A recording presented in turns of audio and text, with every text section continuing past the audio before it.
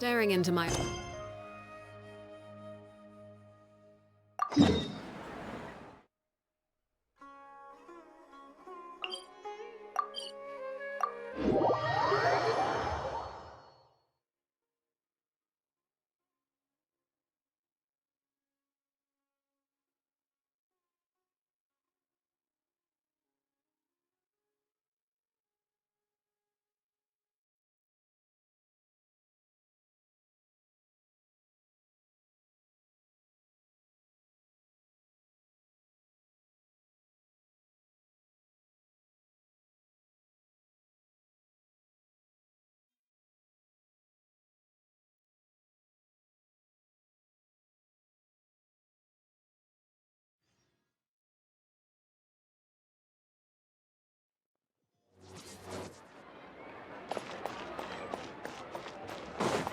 Huh?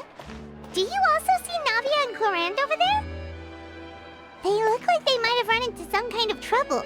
Let's go check out what's going on!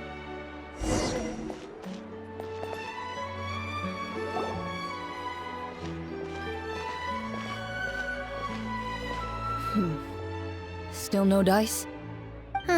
Not at all. And I've asked pretty much everyone in the Court of Fontaine already.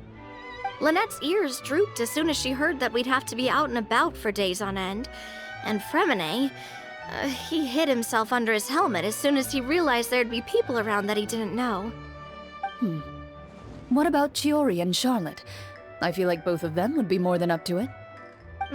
I've asked them already, but they're both pretty busy right now. I just gave the members of the Spina a few days off, too, so I don't want to bother them either. This is getting pretty difficult. Navia, Clorinde, what's up? Oh my. Well, if it isn't my dear partners. How are you all doing? Huh. Navia? Huh? Oh, you mean... Yep, this is our chance. Do you need our help with something? Oh, precisely. My dear partners, we've got a huge problem right now that only you can solve. Whoa, for real? Absolutely. We've already exhausted all our other options. Traveler, Paimon, would you join us and play Marechaussee Hunter Judgment Day? Marechaussee what now? It's a new game script by the Tabletop Troupe, a local roleplay adventure club. Ever heard of the Tabletop Troupe? They put out games that allow you to participate in a story and roleplay characters with your friends. Oh, I've loved their stuff ever since I was a kid. That sounds super interesting! Clorinde and I are both veteran members of the club. Recently, someone came up with a new script and was looking for people to help playtest it for them. And when they asked, of course I couldn't refuse. I mean, come on! A brand new script? Nobody has ever played it before. Generally speaking, scripts at that level of development have a lot of issues, but I think this one is pretty solid. The author obviously put a lot of work into the story, and the world building is also quite credible. Whoa. I know I was the one that handed you the script, but some of us haven't read it yet. No spoilers, please. Anyway, the script calls for a team of 4. Ah, yes. We're missing one final player right now. So, you're saying you'll help us out? I knew I could count on you, partner. Paimon and the Traveler are kind of a package deal. Is that okay? That's not a problem. I'll adjust the pace based on the actual number of players, and ensure that everyone has a good time. Well, Traveler, what do you think? Wanna play? Paimon will follow your lead. Well, that solves our problem. You have our thanks. Woohoo! I'll go grab the script manager from the club right away. The script manager? Didn't you just say that you gave Clorinde the script? The club introduced a completely new kind of gameplay for the script. In this iteration, the Game Master's version of the script is incomplete. The script manager provides the next part of the script only after players have completed the current list of objectives. On top of that, in order to increase player immersion, the club has created some of the story's sets and scenes in real life. We'll only know where we should go once the script manager reveals the starting location. Wow, you're right. Whoever wrote this script really did put in a lot of work. And it's got a real healthy amount of suspense, right? I mean, even the GM doesn't know how the story will end. I look forward to experiencing it with you all. Why don't you go meet up with the others first? They should all be waiting at Chioria Boutique. I'll come over with the script manager as soon as I find them. Sounds good. Remember to always watch where you're going, and don't rush. You say that like I'm 6 years old or something. Let me think. What kind of character should I play this time? I just hope you'll pick up some useful skills this time. Oh, and stop trying to persuade every animal you come across.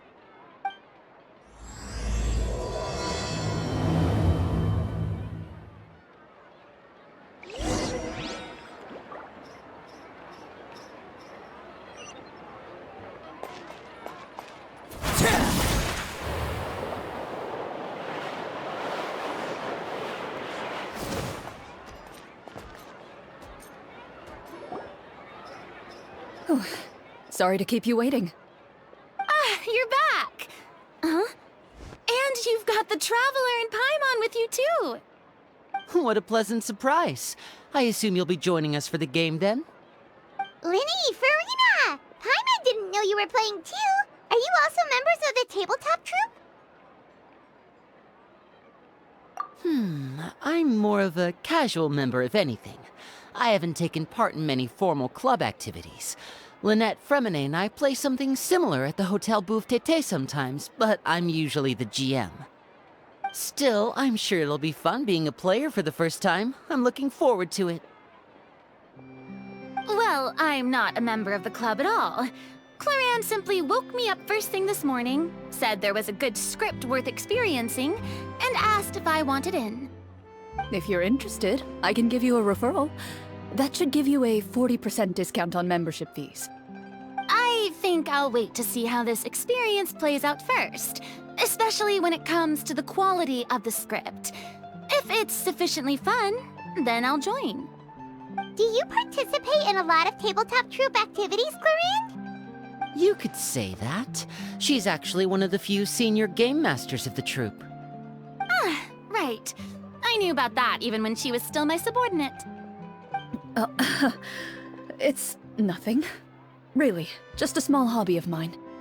Wow. Paimon's so used to seeing you be all upstanding and intimidating as the champion duelist. It's kinda hard to imagine you role-playing with a bunch of friends. Surely you jest. I would never intentionally make things difficult for my players. I maintain a clear boundary between my professional and personal lives. The me you see at court represents the law and order of Fontaine. I put all personal feelings to the side and grant a fair duel to all who seek to defend their honor. But in my personal life, I'm just an ordinary person. Someone who feels anger and sadness, just like everyone else. Well, you say that, but for all the time I've known you, I don't think I've ever seen you cry. I've seen you get angry, sure, but now I'm wondering whether you were actually mad or if it just looked that way from the outside. I was probably in work mode during those times. Is that so? Well, in any case, I just feel like even in your personal life, you don't get emotional very often. So you want to see me cry? That might be a little difficult. A show of anger, though, that might be something I could accomplish. No, that's not what I meant.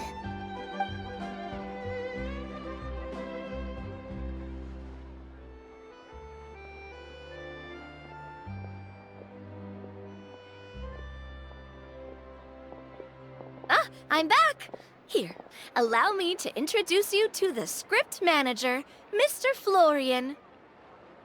Pleasure to meet you all. Hello? Wait, are you a champion duelist too, Mr. Florian? Oh, no. This is just the costume provided by the club.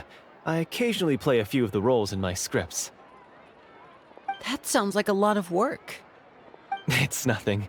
It's the least we can do to give the players a more immersive experience. Anyway, allow me to give you a brief introduction of the script. This script was adapted from the real history of the Marashose hunters. You all will play the role of hunters from a bygone era and resolve a series of events unfolding in the capital. Paimon's not super familiar with the history of the Marashose hunters. Is that a problem? Oh, no problem at all. I can give you a brief rundown. So, basically, Marashose hunters were people who dedicated themselves to hunting monsters and protecting the city by using a special swordsmanship technique passed down over generations. Their story can be traced back to the ancient Rapperia dynasty, as well as the first hunter, Cassiodor. But I'll leave the finer details for you to seek out and discover later. And I'll provide additional commentary as the story progresses. In that case, brave hunters, are you ready to set out on an unknown adventure? Whoa, just one sentence and it's like we're in the story already! Aha, I see many a determined gaze before me. Very well, head over to this location and begin your heroic journey. So, as we follow the story, it leads us to specific scenes? Ooh, sounds pretty innovative. What does the message in the envelope say? It's the exact location of the scene, as well as the formal permission to use the venue. Huh, seems like they have everything prepared. Please check all your belongings, everyone, and make sure you haven't forgotten anything. Once you're ready, please follow me to the designated location. Sounds good. Hunter Squad, move out!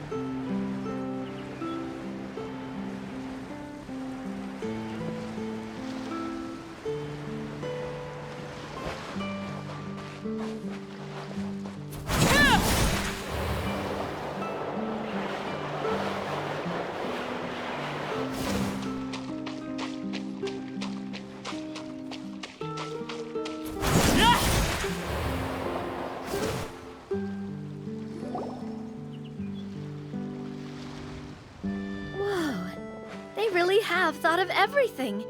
Even the phaetometer is here and ready to go for us. The phaetometer? What's that?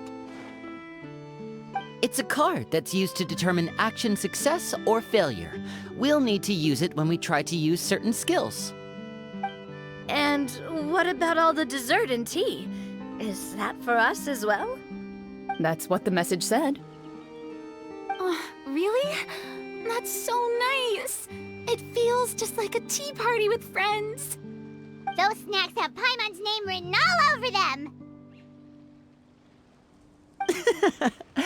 I think you might be more of a snack hunter than a Marashose hunter, Paimon. Snack Hunter Paimon reported for duty! If there are delicious snacks to be found, Paimon will track down every last one! The desserts are great. But I'm still looking forward to the story more than anything. Very fair. Then, let us begin. First, please pick up the blank character cards in front of you, and write down your name and profession. You can find an abbreviated version of the rules printed on the back of your character card. If you have any questions, feel free to ask me. In this story, everyone is a Marashose hunter. To reflect this, the club has prepared a small badge for everyone. Ooh, nice! As hunters, you have proficiency in swordsmanship and fighting by default, so there's no need to allocate any additional skill points to those areas. Swordsmanship? So there's a fighting part to all of this? Paimon's not sure she can do all that on her own. Maybe Paimon can just stick with you? Why don't you share a character card then? The Traveler will be the Marechaussee Hunter, and you can be his little floating assistant. Kinda like in real life.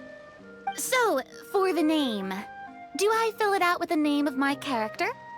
Yep, it can be any name you like. You can use your real name too if you want. I do that whenever I get too lazy to think of a new name. Oh, so it would be like experiencing a different life, but still as yourself. That's not a bad idea.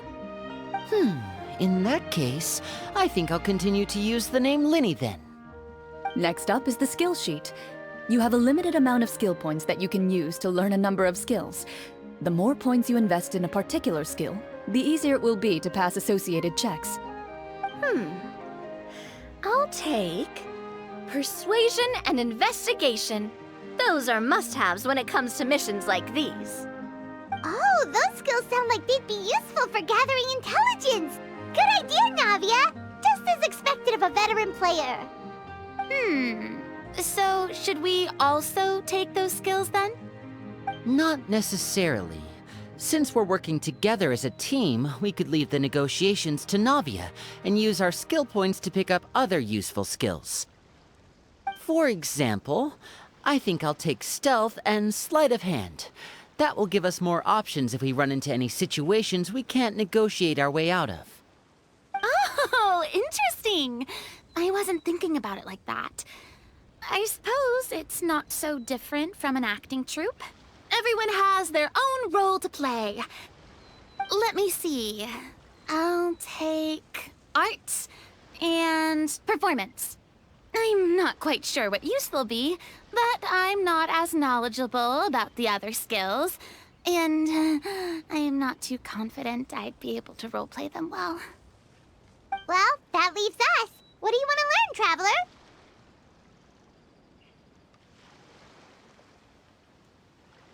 Ha!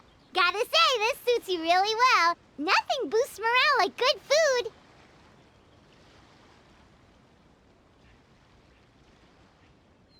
Ooh, so you want to help people when they're injured. That's nice of you. So what do you think? Are you sure you want to learn these two skills?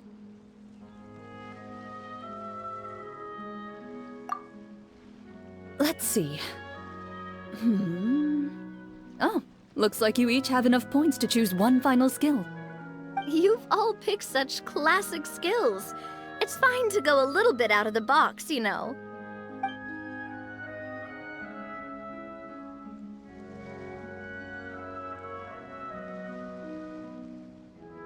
For example, this one here. Summon. Doesn't it sound super mysterious and cool? Oh, I saw that one just now as well. The description says, this skill can be used under certain circumstances to summon characters or creatures that fit the script's world-building rules. The script's world-building rules, huh? But how are we supposed to know what a Marechaussee Hunter can summon? Oh, that's not for us to worry about, my friend. Just learn the skills that interest you, and the GM will take care of the rest. All right, you've convinced Paimon. Let's learn Summon, then. Paimon can't wait to see what kind of thing shows up. Well, now that everyone's more or less finished creating their characters, we can begin. Since two of our players are doing this for the first time, though, let me ask. Would you like to play on easy mode or authentic mode? What's the difference between the two? Well, in role-playing games, the story sometimes changes based on the decisions of the players and the results of the Fatometer. For example, if you fail a check, that means you cannot use the target skill in that scenario. A critical failure may even result in further negative consequences. If you choose to play in authentic mode, every time you elect to use a skill, you'll need to use the Fatometer to see whether you succeed or fail, and face any consequences that may follow. If you choose easy mode instead, Every check will be successful by default, and you won't have to worry about luck playing a factor.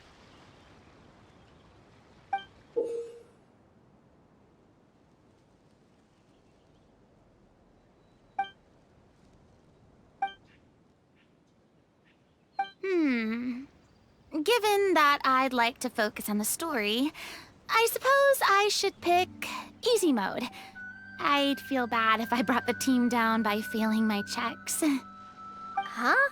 Oh, come on. Don't worry about that. RNG is the lifeblood of role-playing games. I'm going with authentic mode for sure. Never knowing what you might have to overcome. Ugh, doesn't that sound exciting? I'd rather be mentally prepared for what might happen. All right, then I'll mark down Farina for easy mode. All her checks will be successful by default. As usual, Navia and Linny will play on authentic mode. What about you, dear partner? How would you like to play?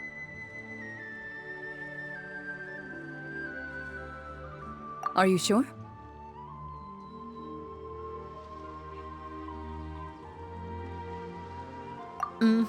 No need to worry about the pesky fatometer. Pretty good choice if you just want to relax and play the game. Honestly, I don't think Clorinde would make things too difficult for us no matter what the fatometer says. Isn't that right, Clorinde? No promises. That wasn't super reassuring. Well, anyway, enough talk. Let's get started. I want to experience at least a good chunk of the story today. Speaking of the story, why is the beginning scene on a beach? Well, that's because... a long time ago, back when human civilization was still in its infancy, powerful demons and evil sorcerers ruled over the land. They created a host of monsters and sent them to slaughter all humans in existence. Soon, a group of human rebels banded together. With their swords raised, they swore to brave the darkness, and in doing so, subdue each and every monster that sought their destruction. They became known as the Marachose Hunters.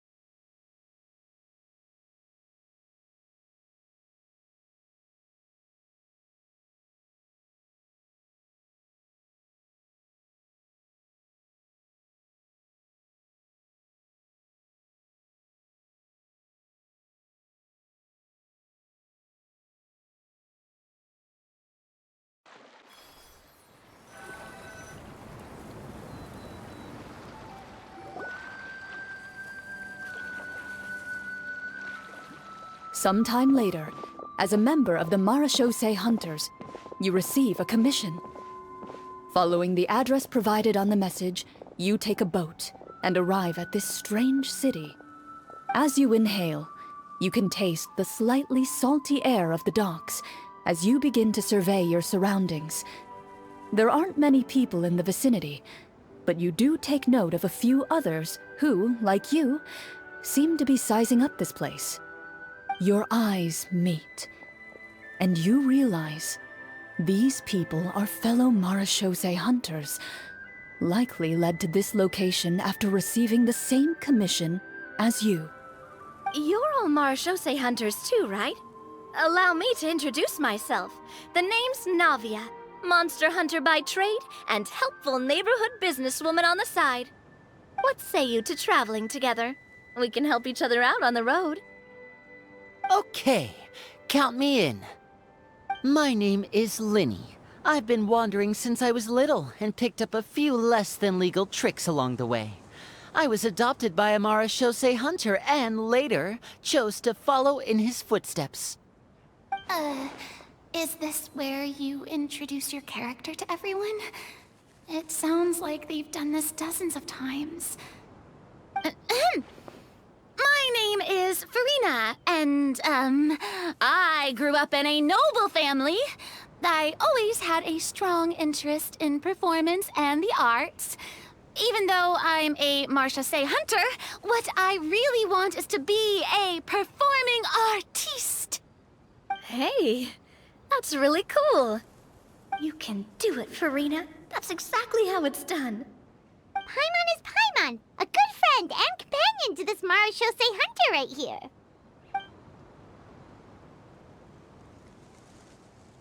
I've been studying medicine ever since I was a child. I want to do my part to eradicate these monsters and use what I've learned to heal others. Oh, welcome, welcome. When we face the monsters, I'll make sure to charge in front to give everyone some cover. You can take care of the healing at the back. You open your envelopes at the same time. The message reads, "To the honorable and trustworthy Marashosei hunters, our kingdom is currently facing a grave crisis. The lands outside the capital have been overtaken by monsters, and our people are being led astray by forces of wickedness. We beseech you, please help us resolve this crisis and return peace and stability to our home." Huh. The layout of this city looks super familiar. It kinda reminds Paimon of Mondstadt! The scriptwriter must have used a real-world city as a reference when coming up with the map. As experienced hunters, the layout of the city reminds you of places once traveled. You recall the sight of tree-lined streets and the gentle tranquility of days gone by. Yet, as you regard the city in front of you, it appears to be little more than an empty shell. Its hollow gates are open to you, beckoning you to come forth and bring salvation back to the town. I carefully read every line of the letter and turn my attention to the signatures at the bottom. Who issued this commission to us? You see a long string of unfamiliar names. It would seem that many of the residents of the city issued this commission together. They sensed that things were not right within the kingdom and sent a distress signal to the outside world. In that case, why don't we take a walk around the city and see if we can learn anything from the local residents? Oh, good idea. We might be able to get some leads on the monsters and bad guys we're after. You look up and see a tavern nearby. It appears to be open for the day. Why don't we go check out that tavern? If the novels I've read are anything to go by, taverns are usually full of information.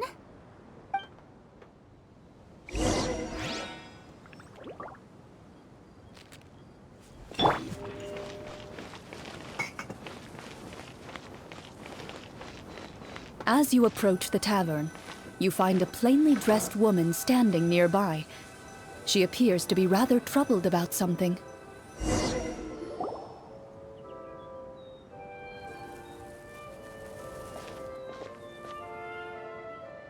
Greetings, friend. Lovely weather we're having today, don't you think? Oh, hello. I suppose you're right. The weather today is quite lovely. If only those monsters out there would stop causing trouble. It seems like every character included in the script has a certain amount of useful information to offer. If we keep asking questions, we might be able to get some good leads. Oh, come now, don't be sad. Life is all about optimism. Oh, that reminds me. What did you have for breakfast this morning? Huh? I don't think that's the kind of question we're supposed to ask. Nothing turns a frown upside down like good food. How about some macarons? I could make you some. You didn't even take cooking as one of your skill proficiencies. That's not necessary, miss. Excuse me for saying this, but you don't really look like a chef. Besides, I'm not really a fan of sweets. So you're someone who barely smiles and doesn't like sweets. You're really starting to remind me of this one friend of mine. Hey! Did she just... me? Clorinde must have broke character for a second. This isn't getting us anywhere. Traveler, maybe you can think of something.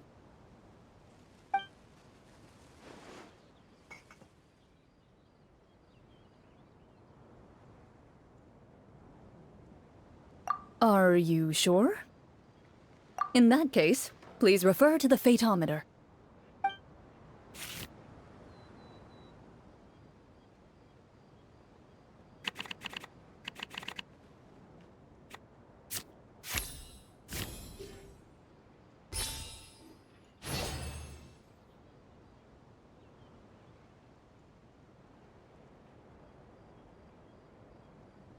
Whoa, it was a success!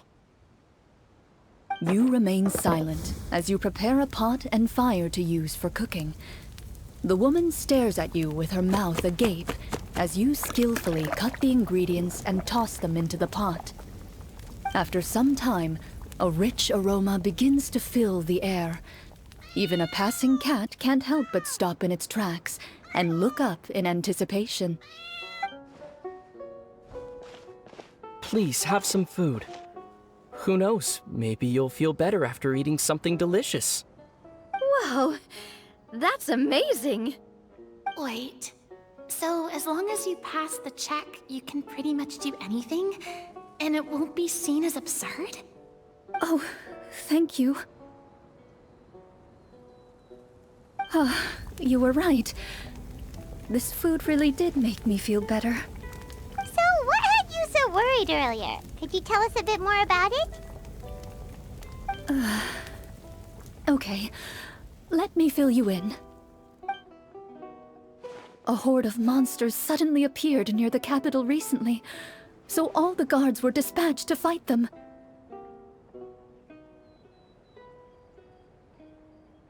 Do you remember when those monsters appeared? I'm not completely sure. All I know is that my husband was dispatched to fight them 3 days ago. Do you know where he was sent? It all happened so fast. When we said our goodbyes, he couldn't even tell me where they were sending him. You have our thanks, friend. We'll find and defeat those monsters as soon as possible. We sincerely hope your husband will be able to return to your side soon. Oh, thank you. Don't worry. We'll find him. Just try to remain optimistic. And wait for good news. We don't always get to choose what happens to us. But we do get to choose the little things, like what we eat and how we respond to the things life throws our way. I hope that one day, you too will recognize the power of something as small and inconsequential as a delicious dessert. I'll do my best. You bid farewell to the woman, and continue your journey further into the city.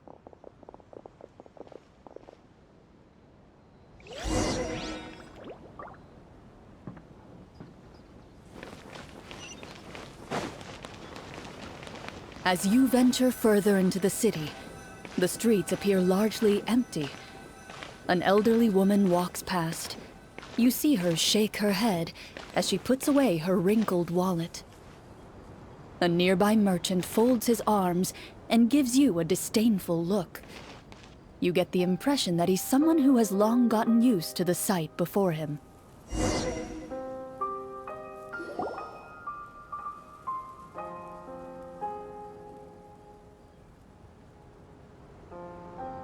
Although he doesn't seem very friendly, merchants are usually a good source of information, right? Pardon me, sir. I'd like to ask a question if I may. That depends. How much are you willing to pay? How about this much? What do you take me for? Some lowly beggar? You can't even buy half an onion with that amount. Surely an onion can't be that expensive, right? What do you know? War's nearly upon us. Everything costs several times what it did before. If you're not gonna buy anything, then scram. Whoa, what a nasty guy. Maybe we shouldn't even bother talking to him. But he still might have information we need. Traveler, can you think of something? Okay, while everyone is talking, I secretly use my magic props to summon a bottle of wine without the merchant noticing.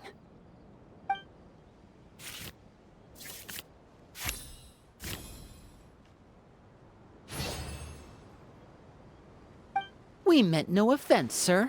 Here, allow me to offer you this bottle of vintage wine, made only from the finest grapes. I'll just leave it here. Please, enjoy it at your leisure. Ah, I should mention that this wine is the perfect accompaniment to a meal. I'd suggest enjoying it with dinner. All right. Go on and ask. What do you want to know? Do you have any information on the monsters or the crisis that has overtaken the kingdom? Crisis. If you ask me, there's a crisis everywhere you look. Those monsters are camped outside the city, and they've been destroying all our trade routes. We have limited reserves within the city, so if this continues, we're all gonna be in big trouble. Wait, you're saying no one has put a plan in place to distribute supplies or maintain order? We could all starve and those nobles in the palace wouldn't even break a sweat. Who knows? Maybe they've been in cahoots with the monsters all along. That is concerning. Thank you, sir. We won't take up any more of your time now.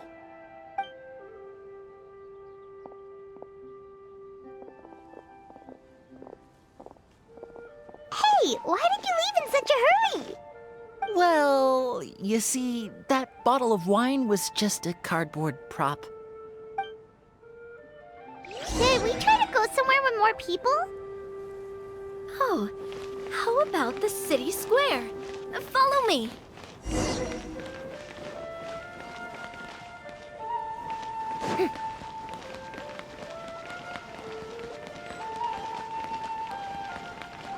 Before you lies the city's central square.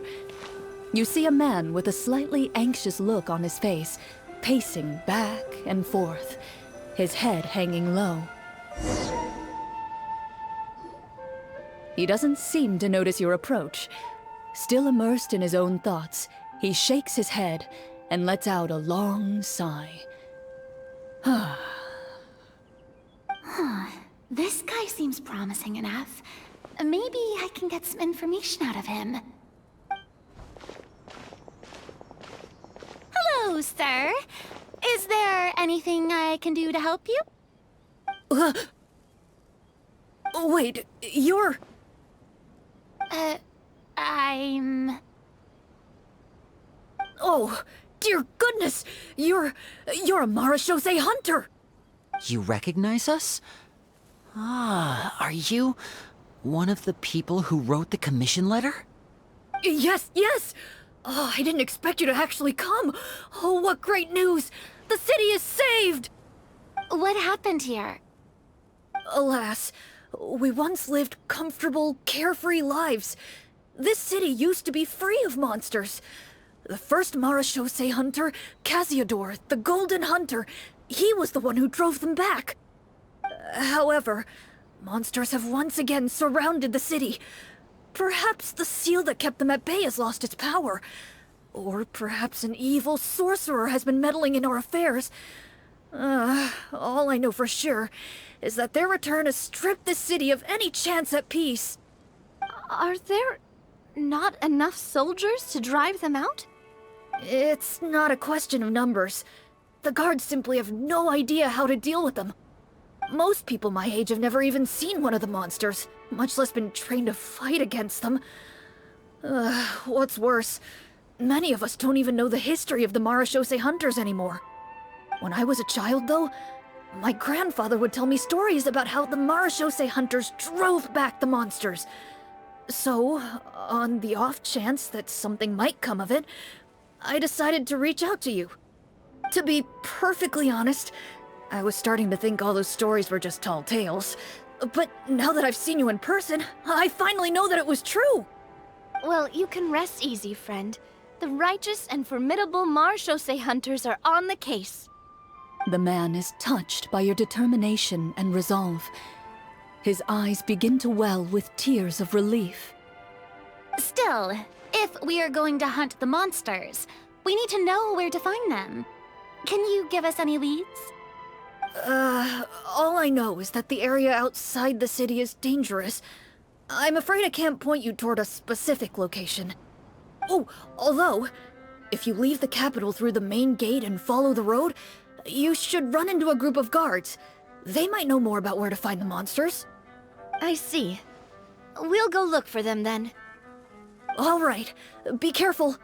Oh, and one last thing. The monsters outside the city are just part of the problem. There are evil sorcerers inside the city as well, so be on your guard. They're actively working with the monsters, and have corrupted the court ministers with malicious magic. They're the reason why, even inside the city, everything has been a giant mess. Even one of our kindest ministers has turned into a boorish and unreasonable figure, interested in nothing but enacting laws that exploit the people. Who knows how much longer we'll be able to go on like this. Talk about being stuck between a rock and a hard place. I feel bad for him. Maybe we should try to cheer him up? Huh? Like, now? Is this really the right time? I appreciate your kindness, but for now, it's more important to focus on the crisis at hand. Brave hunters, I leave the future of this kingdom to you.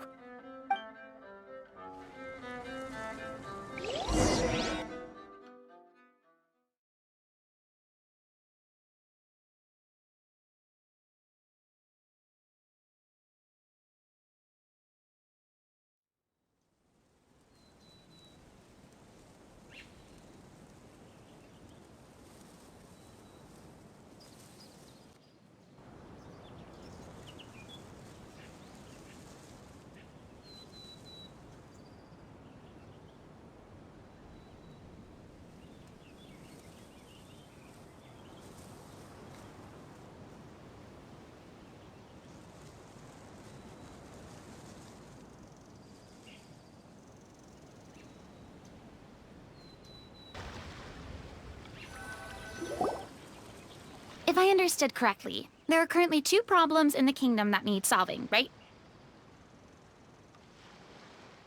Exactly. We need to defeat the monsters outside the city and take down the evil sorcerer stirring up trouble from within. But which problem should we tackle first? Well, this seems like a good moment for a break. Take some time and discuss what you want to do. Let me know when you've made your decision. I really didn't expect the people in the city to keep us at arm's length like that. I totally thought the hunters would be treated like heroes. Well, Clorinde said the script took cues from the real history of Fontaine, right? Maybe the real-life Marashose hunters were also treated like that. I wouldn't say it's a perfect representation of history, but there are definitely some similarities. Would you like to hear more about it? Sure. As long as it doesn't spoil anything in the script. You've brought up bits and pieces of the hunter's history before, but it was all in passing. Paimon wants to know too! The hunters were super powerful, right? Were they all from a special line of supernatural beings or something? Kind of like the yokai in Inazuma? No. All Marashose hunters were ordinary mortal fighters.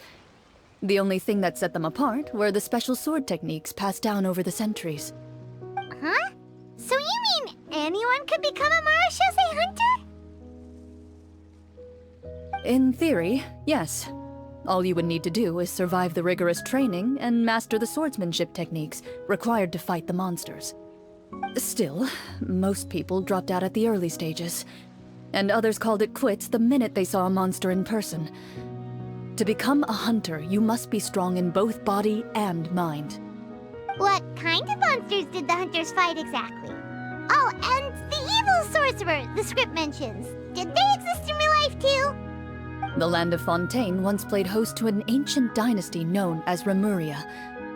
After that dynasty fell, monsters began to appear, intent on obstructing humans from establishing a new social order. One of the ancient sorcerers of Rapperia used his power to assemble a formidable army of golems, He sought to use that force to establish himself as king. Now, wait a second. Don't tell me that guy was the inspiration for the evil sorcerer in the script. We still haven't found any in-game information on him yet. So, why don't you talk about someone else for now? Well, I wasn't planning on going into anything you might be able to find out in the game. But if you want me to talk about something else, then... How about Casiodor, the Golden Hunter? Or Egeria, the ex-Hydro Archon? Wait, but those people are all from a super long time ago. Where did you learn all this, Clorinde? From my master. Huh. By master, you mean Miss Petronia? Is someone you know? Absolutely. Miss Petronia and my father were good friends. Back in the day, she would often bring Clorinde over to play, but then... Let's not get off topic. Anyway, back to what I was saying. Responding to Egeria's call, a number of warriors followed Casiodor into battle against the monsters. This group of warriors, under Casiodor's leadership, became known as the Marechaussee Hunters.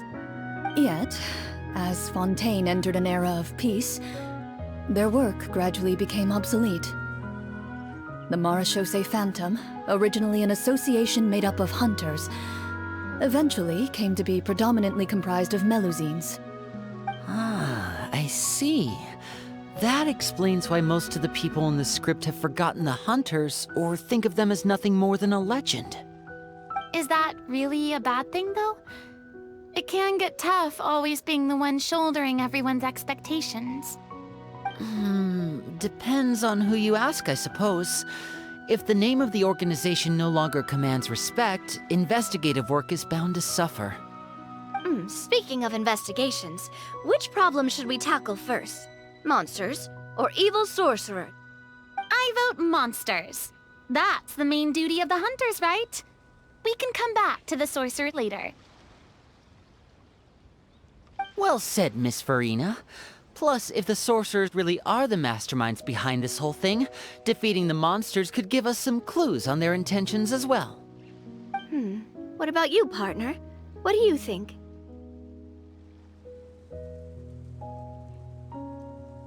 It's decided then. All right. After some discussion, you decide to turn around and head out of the city.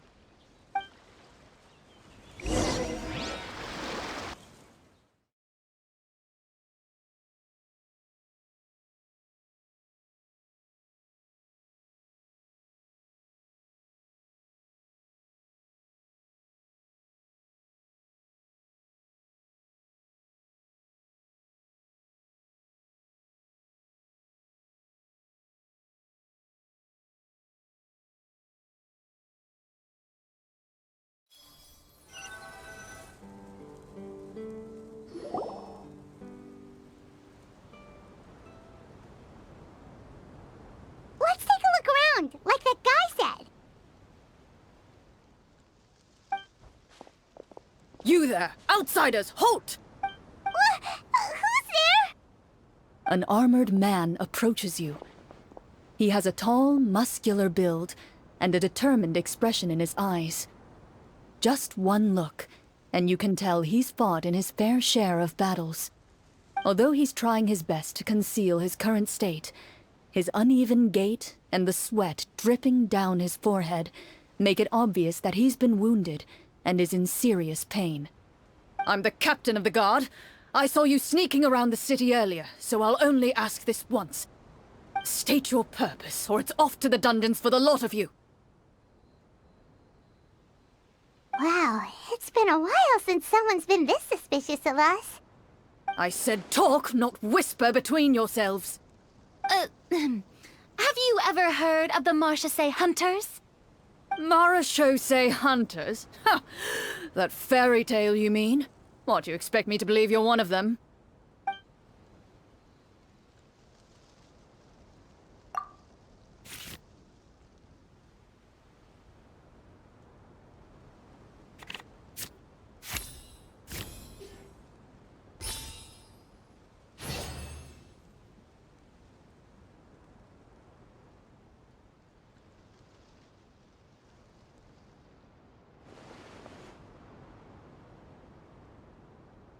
Using your knowledge of medicine, you're able to deduce that the injury on his calf was a monster's doing, and the wound has already begun to fester. As you check him over, he looks at you with suspicion and retracts his injured leg further back. I'm a doctor by trade. Please, let me redress your wound. You don't have to suffer like this. The man appears somewhat disgruntled at having been exposed, but soon relents and raises his leg for you to take a better look. He allows you to apply a poultice of specialized medicine to the wound, and it appears to bring him much relief. The tension in his brow eases. All right.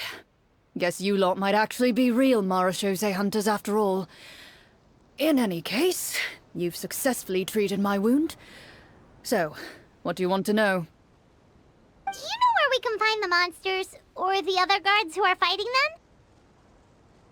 He informs you of the various locations where monsters have appeared. He looks in that general direction with a pained gaze, as if a thin, invisible thread is pulling on his wound. Some of our new recruits have never even dealt with a petty thief, and now they're out there fighting monsters. If it weren't for this cursed leg. Oh, please, sir. Don't get too worked up. You need to focus on your recovery. Just leave the monsters to us. We're Marachose hunters, after all.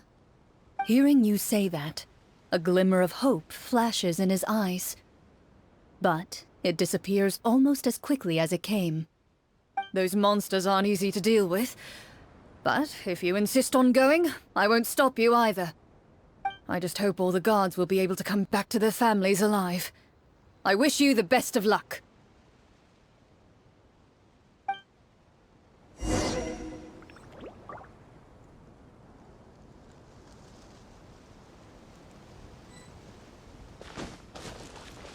Based on what the captain said, the monsters should be right up ahead.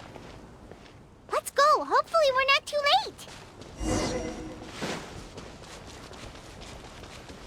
As you approach the battlefield, you see numerous people lying by the side of the road. They appear to be dressed like guards. Their faces are filled with desperation and terror. Some are screaming and cursing in vain, as if still trying to banish the monstrosities they saw from their minds.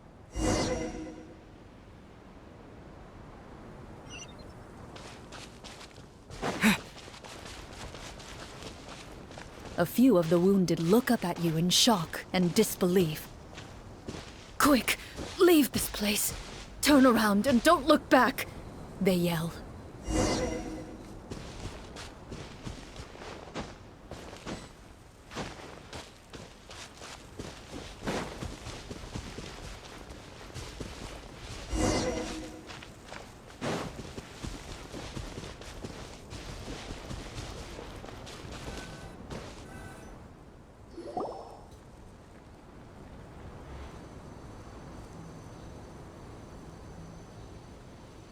This is the place he mentioned, right?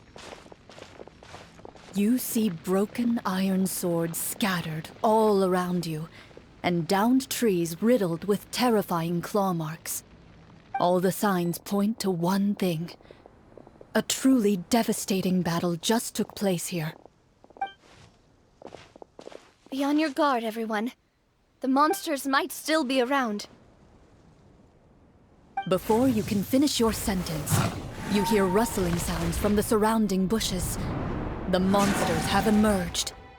They close in on you without fear. You get the impression that, in their bloodthirsty eyes, you're just another meal for them to devour. A little help here!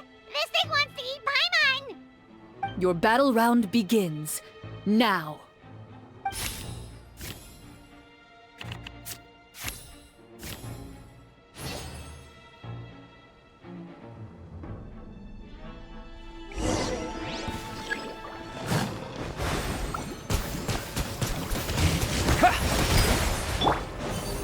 Strike a pose!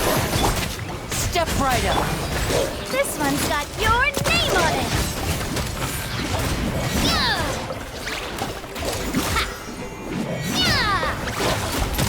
The next battle round begins now.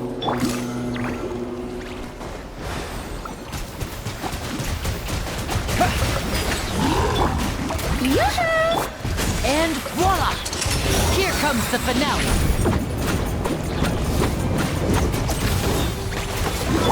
Umbrella warfare, I guess. Fire!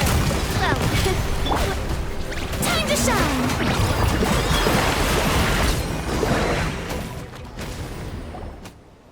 The monsters let out a terrifying roar of anger and resentment before dissipating into thin air. Ugh, thank goodness it's over. We're lucky the Marashose Hunter class came with all those preset skill points. Otherwise, we would have been in some real trouble.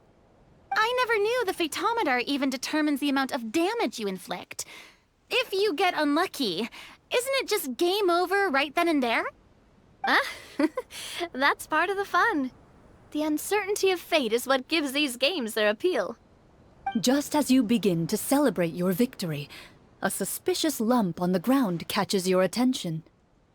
A suspicious lump. Wait, could it be the thing that appears after every battle?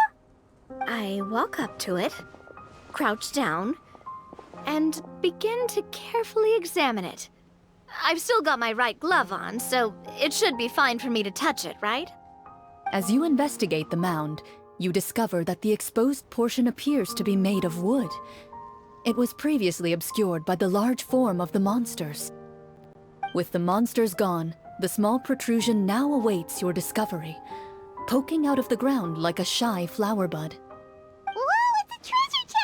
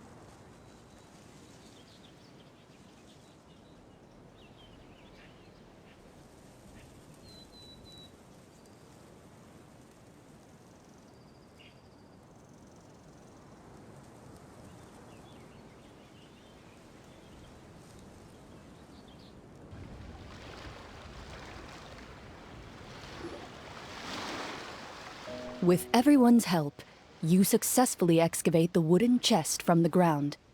Even without opening it, you can tell from the mora and jewels scattered around the chest that it must contain quite the fortune.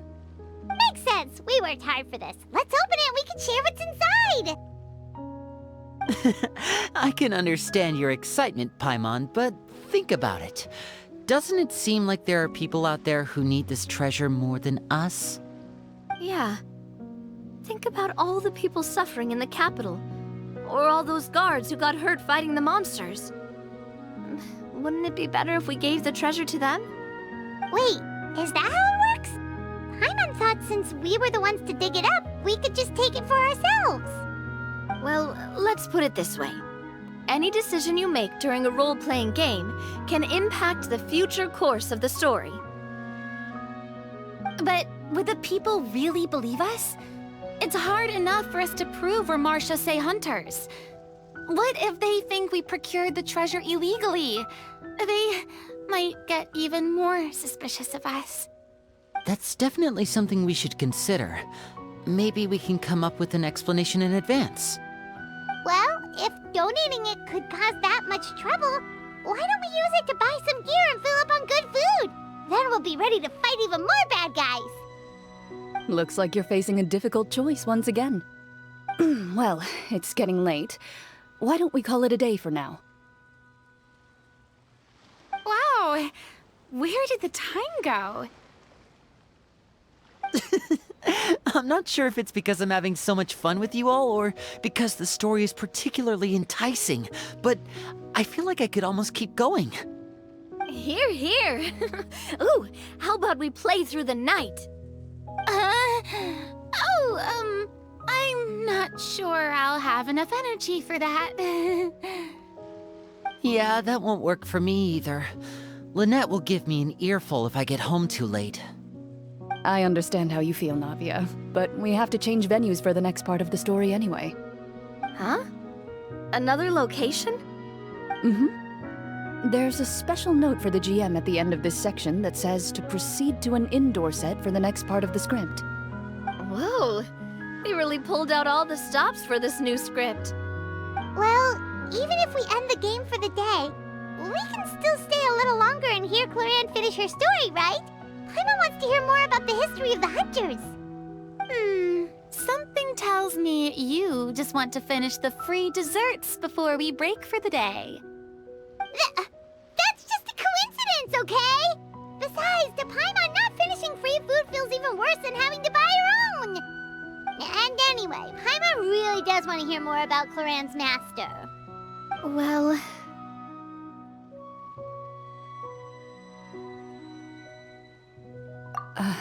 It's nothing. I appreciate the concern, but it's all in the past. It won't do any harm to share these things now.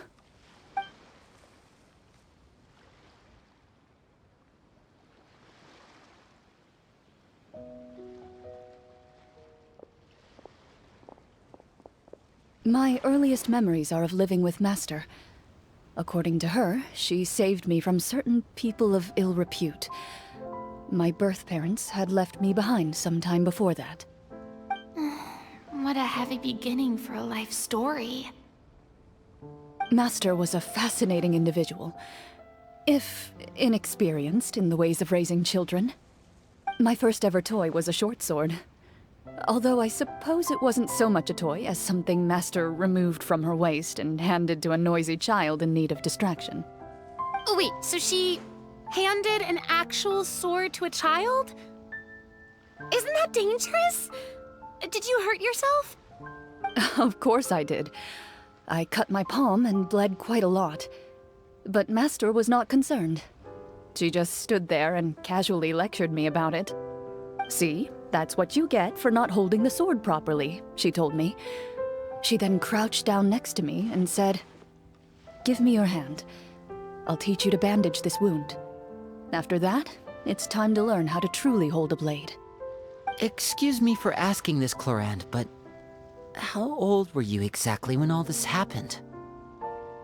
Probably around, 3, give or take.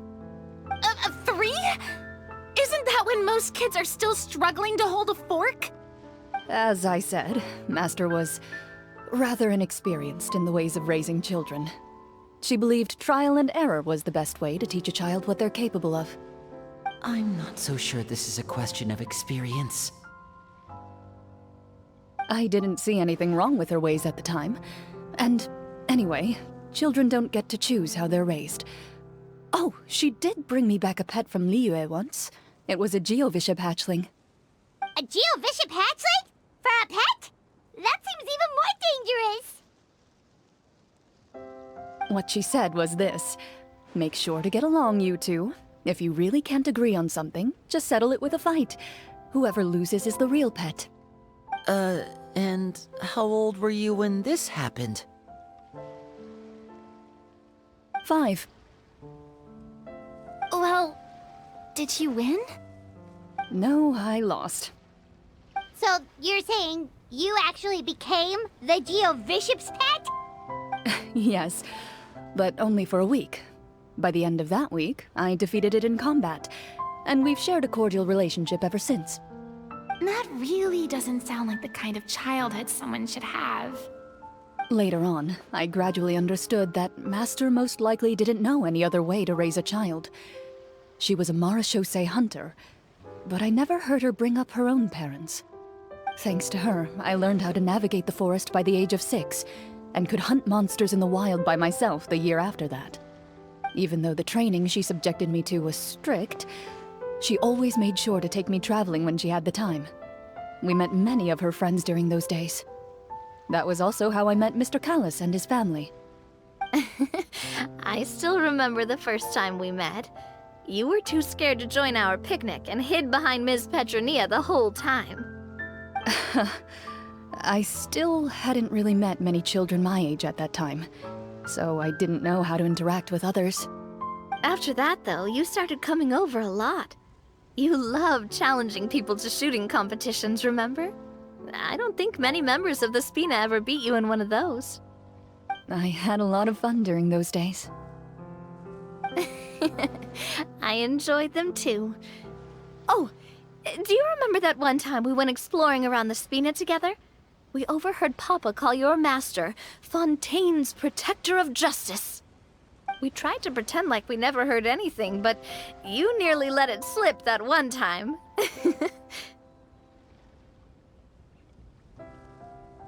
Protector of Justice. Oh, wait, you mean that vigilante hero from 20 years ago? The one who is always active at night? Yep, that would be her. She often would put on a black cloak and go out at night. I never knew where she went or what she was doing. Until, like Navia said, we overheard the truth from Mr. Callis that night. 20 years ago, huh? I still remember the guards leaving all kinds of witness reports about her on Nervalette's desk. My apologies. Oh, there's no need to apologize. You had nothing to do with it. And anyway, everything she did was for a good cause. Although, calling herself the Protector of Order was a bit much. Especially when she deliberately operated outside the law. Huh? When did the Protector of Justice become the Protector of Order? Oh, she had a bunch of code names. I heard she would just come up with a name on the spot whenever she was asked. Later on, she probably got sick of answering those questions and decided to stick to just two.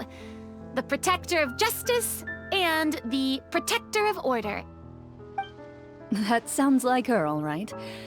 I bet she forgot which of the two she'd use by the time she got back each night. Well, she certainly sounds like a fascinating individual.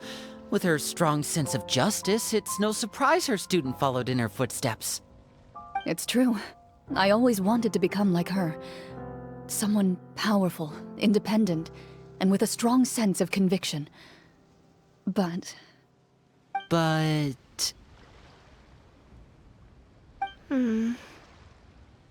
She suddenly disappeared the night I turned 10 years old. Disappeared? What happened? I have no idea.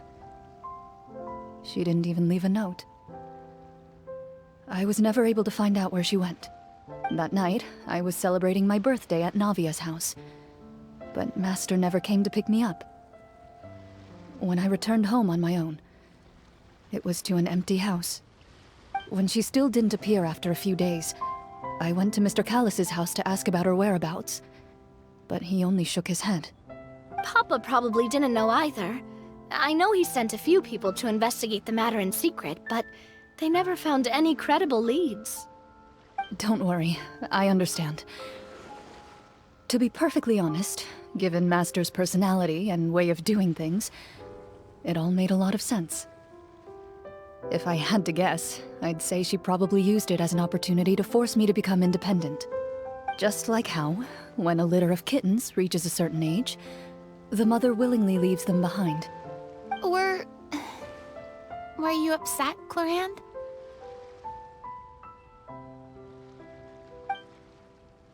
I was at first, but not anymore. I don't believe Master would suddenly disappear for no reason. There must have been something she just had to do. Well, despite everything, you still managed to follow in her footsteps and become the greatest champion duelist in all of Fontaine. You're practically a living symbol of law and justice. I suspect my position would be far too by the books for her. Master always did whatever she pleased. But you're right. I suppose I do take after her in some ways. Who knew Clorinde had such an interesting past? I never had the chance to ask her about it before. I wonder... if Clorinde's master were the champion duelist back then, would that duel against Mr. Callis have gone differently? Oh no. Judging by the atmosphere, Clorinde and Navia are probably thinking something similar.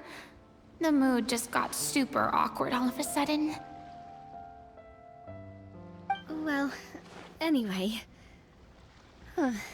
Would you look at the time? It's getting dark, so we should probably call it a day for real this time. If we keep talking like this, we really will be here all night. I had a great time today, Miss Clorinde. Thank you for being our GM. Anytime. The script was good, but I've got to say, your childhood stories were even better. Hey, you should tell us more about that fight against the Geo-Bishop sometime.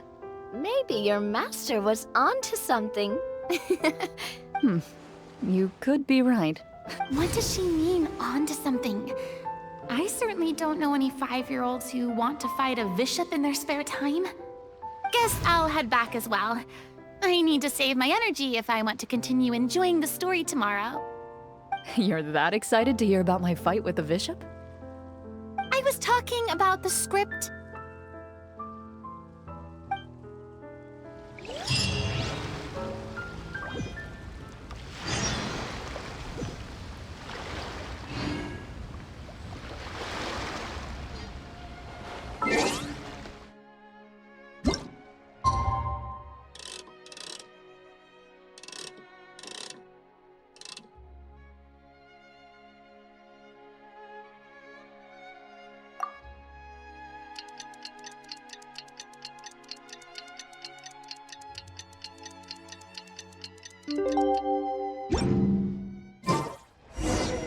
Let's go meet up with the group! Paimon's really looking forward to today's story.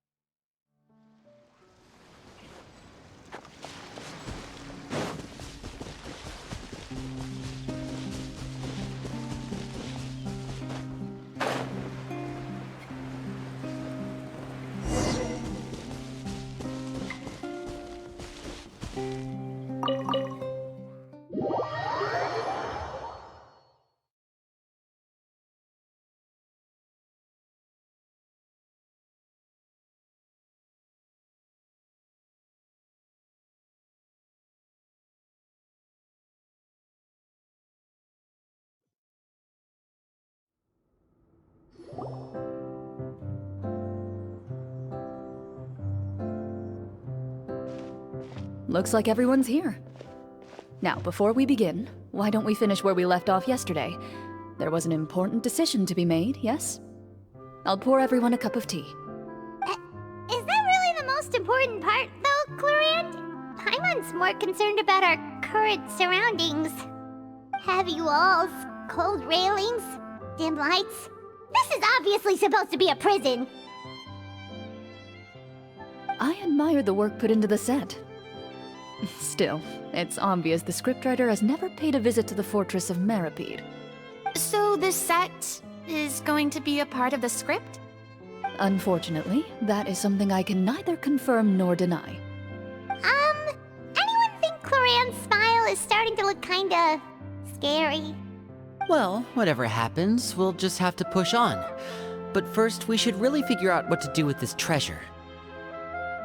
If we're worried about arousing suspicion because of our identity, why don't we give ourselves a different name, just like Clorinde's master did? Yeah, it might be better to keep a low profile. As long as we're helping people, it doesn't matter who we are or what we're called. Staring at me won't get you anywhere. Or did you want some more tea? Oh, Paimon's good. Thanks. Why aren't you saying anything, Navia? Wait, what's that next to you? Oh, this is the short sword Clorinde mentioned last night. I found it. Huh. I'm surprised you managed to track it down after all this time. Well, I made sure to take good care of it, considering the circumstances in which you gave it to me. Of course I had to keep it safe. Anyway, where were we? Oh, right. I was just thinking about all the potential ways for us to break out of prison. We could dig a tunnel, or try to bribe the guards. Wait, we haven't been thrown into prison yet, have we? Well, it's only a matter of time. It pays to be prepared. Just like how you should always have an umbrella on hand, even when it's sunny. All right, Paimon's made up her mind. Let's just give the treasure away. Paimon may have wanted to keep it, but if it's going to land us in prison somehow, Paimon will be too upset to enjoy her snacks. So, you've reached an agreement? All right then, we can continue with the story. Oh, and we'll collect all the scattered pieces of treasure on the ground as well. All right. You collect the treasure and make your way back to the capital with your bag of loot in hand.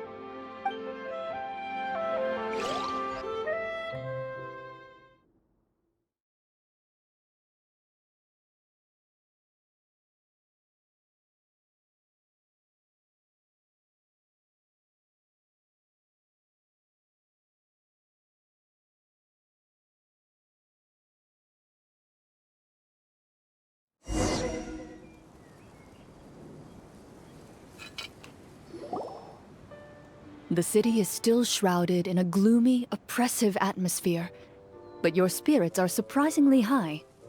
In places where sunlight struggles to reach, you generously share your wealth with the children, the elderly, and the poor in urgent need of help.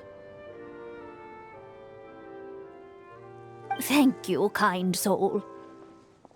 The elderly woman's look of gratitude follows you as you walk away, her eyes never leaving your back until you move entirely out of sight. However, there's still quite a bit of Mora remaining. It appears you haven't made much progress. She's probably trying to tell us to speed this up. We need to hurry up so we can address the sorcerer problem. Should we go find that man again at the square? He seemed like a pretty responsible guy. I'm sure he knows the people here far better than us. Oh, good idea! Just as you start to make way to the square, intent on finding the man again, there's a voice.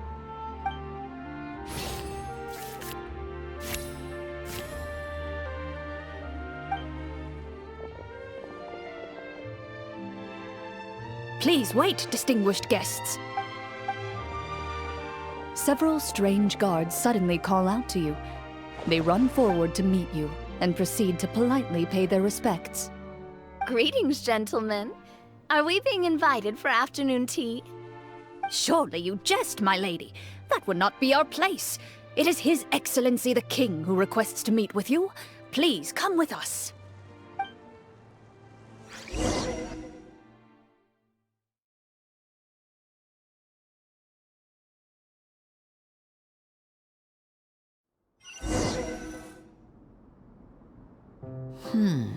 Do you think this could be a trap?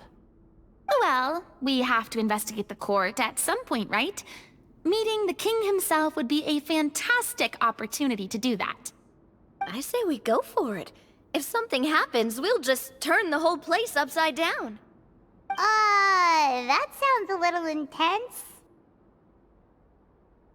After a quick discussion, you nod to the guards and agree to follow. They lead you all the way to the audience hall of the palace. Gilded tables line both sides of the hall. The space itself is adorned with all manner of expensive antiques, glass shelves, and silver candlesticks. The items appear quite ordinary in size and dimension, yet their presence somehow makes the emptiness of the hall feel even more surreal and ominous. Wow, it's so luxurious! The elderly king, clad in a magnificent robe, sits upon the deep crimson throne before you.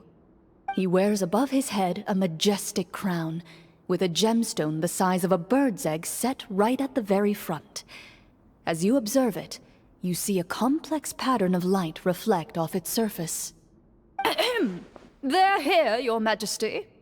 A man dressed in dark clothes, likely a minister, shields his mouth with his hands and bends down to whisper a few words to the king. After a moment, he lowers his hands and stands back up. His gaze shifts to fixate on your group, but he does not move from his place at the king's side. The king does not appear entirely aware of his surroundings. The man by his side, though. We should keep a close eye on him. The king remains still and says nothing. The minister is the one who speaks. Esteemed guests, allow me to thank you for coming to our faraway kingdom. Unfortunately, His Majesty the King finds himself quite exhausted from work. So please allow me, his Prime Minister, to welcome you in his stead. I've heard tell that your group, the Marechaussee Hunters, used your exceptional ability with the sword to repel the monsters near the capital. Such a great deed deserves to be rewarded. However, seeing that I was not fortunate enough to observe such a feat with my own eyes, you'll forgive me for seeking to verify the truth by speaking to you myself. Well, we've got nothing to hide. You brought us here to talk, right? So we'll just explain what happened.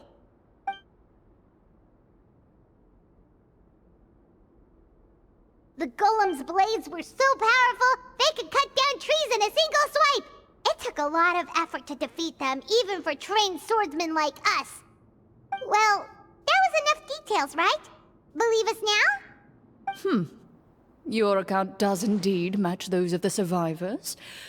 Since you were the ones who defeated the monsters, that must mean you are also in possession of the treasure they stole?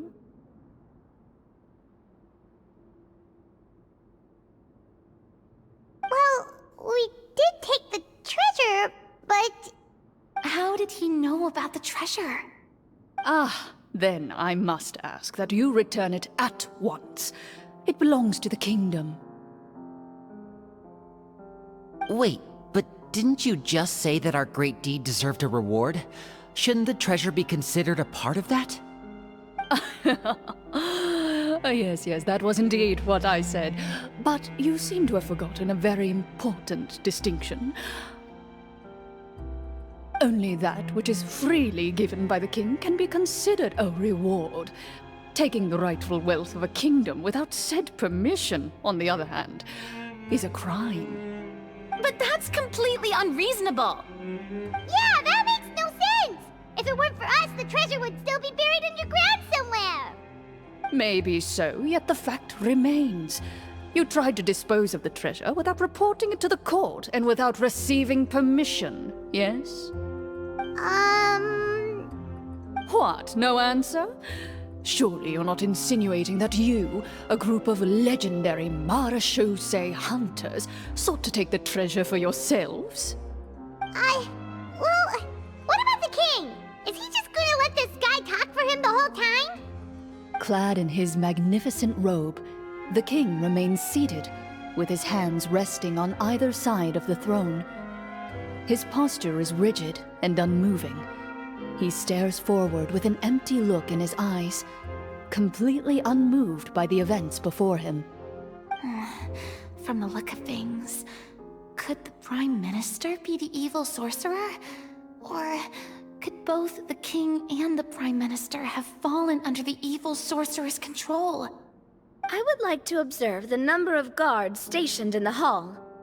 The guards in the palace appear fully armed, their expressions solemn. Sensing the tense atmosphere in the room, they stand at the ready, each with a hand placed upon the hilt of their sword, as if prepared to draw their weapons and surround you at a moment's notice. Well, there goes my plan to turn the whole place upside down, I guess. It appears we've been visited by nothing more than a group of ill-intentioned imposters. What a pity. Guards, take them away and throw them in the dungeons. Before I decide your fate, however, I must first determine whether you have any accomplices outside the court. Can't we try to slip away? Or maybe start some kind of riot? But if we try to fight the guards right now... Don't worry. At least we figured out who's behind all this. Let's just play it by ear. If you're scared, Paimon, just hold my hand. Aw, thanks, you guys. You allow yourself to be led away by guards surrounding you on both sides. It's only when you begin to feel drops of water falling from the dungeon ceiling and smell the stench of death and decay all around you that you finally realize you've stepped into a completely different world. Stay here, and don't try anything funny. The guards lock the cell door and leave without looking back. Wait, sir! Your voice echoes through the dark hall, but the only response you receive is the sound of water dripping from the ceiling. No! What should we do now? Carve out a new path of fate with our own two hands, of course. I draw my weapon. You reach toward your waist, but find nothing there.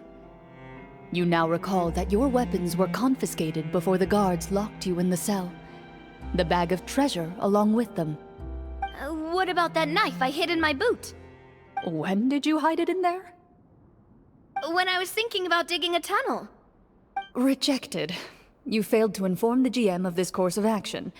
Moreover, the guards would have conducted a thorough search before throwing you in prison. And the keys to the cell aren't anywhere to be seen? Correct. You don't even feel a lock hole on the cell door. Oh, well, there goes all our plans. Indeed. Huh? Why are you the one saying indeed? Because that statement holds true for me as well.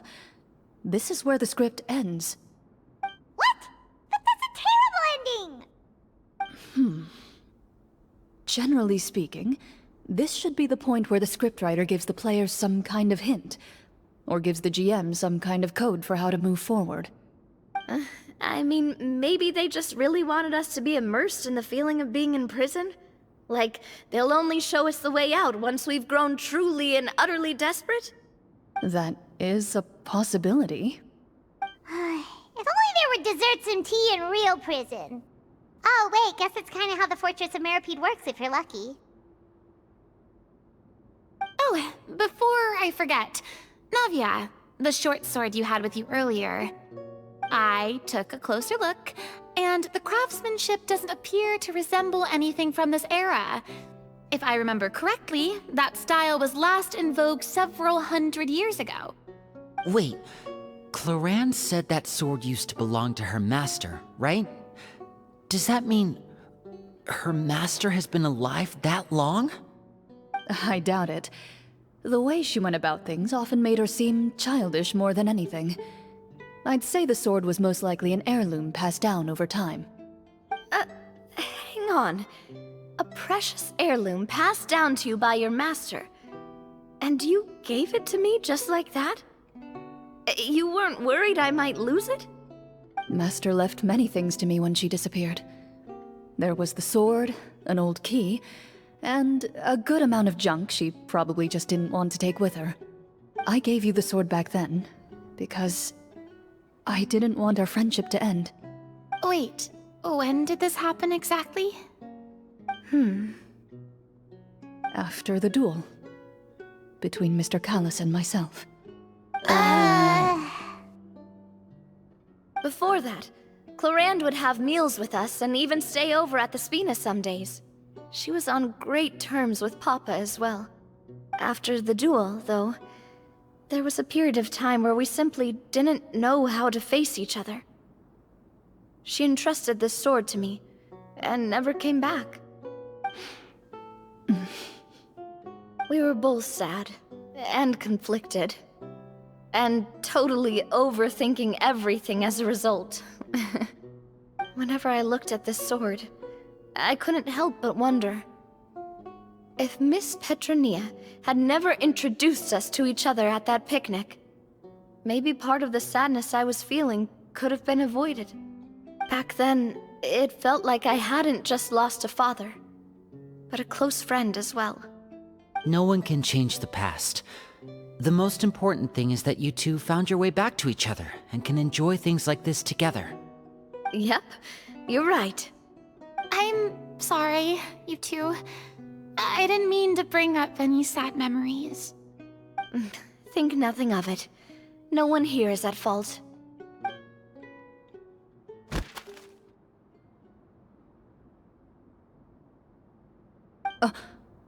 Huh?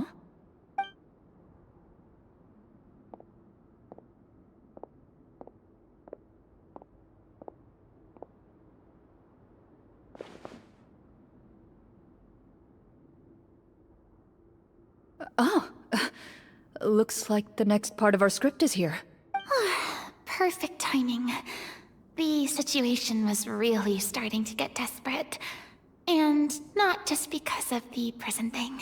From Clorinde's face, I really can't tell if it's good news or bad news. Water continues to drip from the ceiling. In this lightless dungeon, you lack a reliable way to tell how much time has passed. Eventually, you get used to the unpleasant odor of straw, mold, and rust, and find yourselves alternating between fits of drowsiness and despair. Suddenly, you hear footsteps outside the door. Heads up, everyone. Someone's coming. Gather close, everyone, and keep your voice down.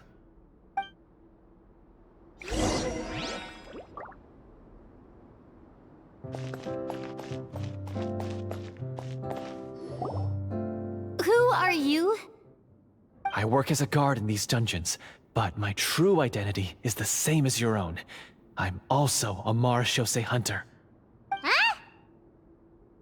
Shh. I've already sent away the other guards, but if we make too much noise... I understand, but how can we be sure we can trust you? The king has issued a formal decree. In light of the irrefutable proof of your crime, you're to be executed before tomorrow's sunrise. If you want to escape, it has to be now. Executed? We barely did anything! Monsters appearing at the same location as the treasure. Could this entire thing have been a trap? There will be time for speculation once we're out of here. As for my identity, I have no way to prove that to you just yet. Infiltrating the capital was difficult, and finding a chance to speak with you has taken a lot out of me. I could go on, but I think we can all agree that now is not the time for details.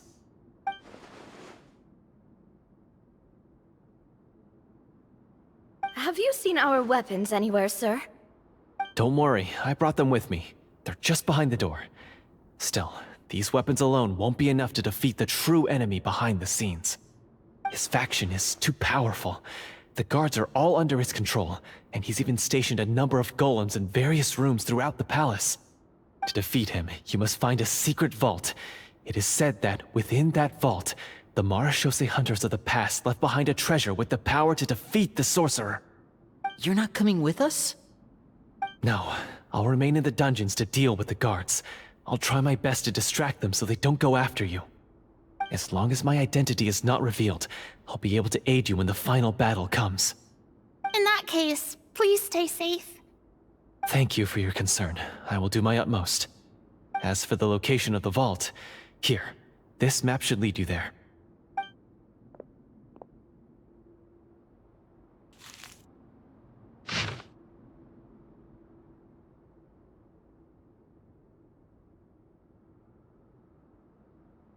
Got it.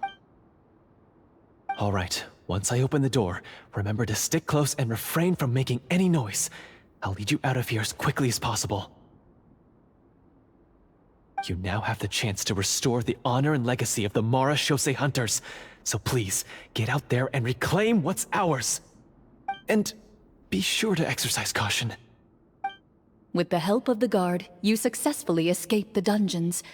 Your sense of despair and anxiety both seem to fade as you continue your quest.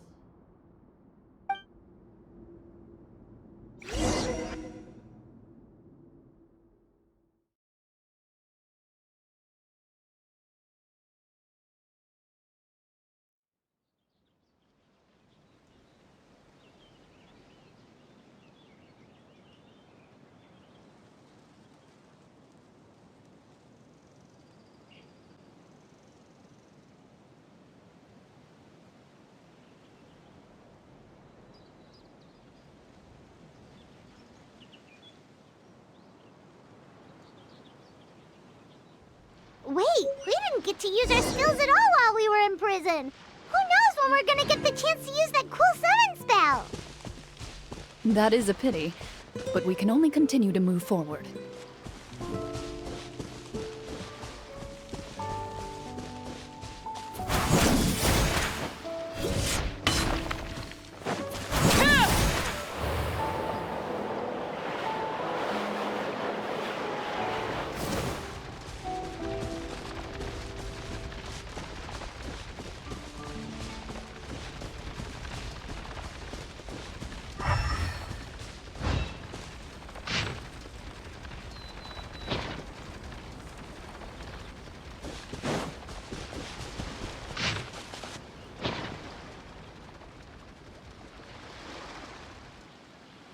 This should be the place marked on the map. This bit of rock certainly looks suspicious. Well, I'd say an investigation's in order then. Plus, if all else fails, we can just blow it up. Wow, you really meant that! Before you lies a serene stretch of open water, its surface shimmering a brilliant shade of sapphire blue. Well, guess this means it's time for a swim!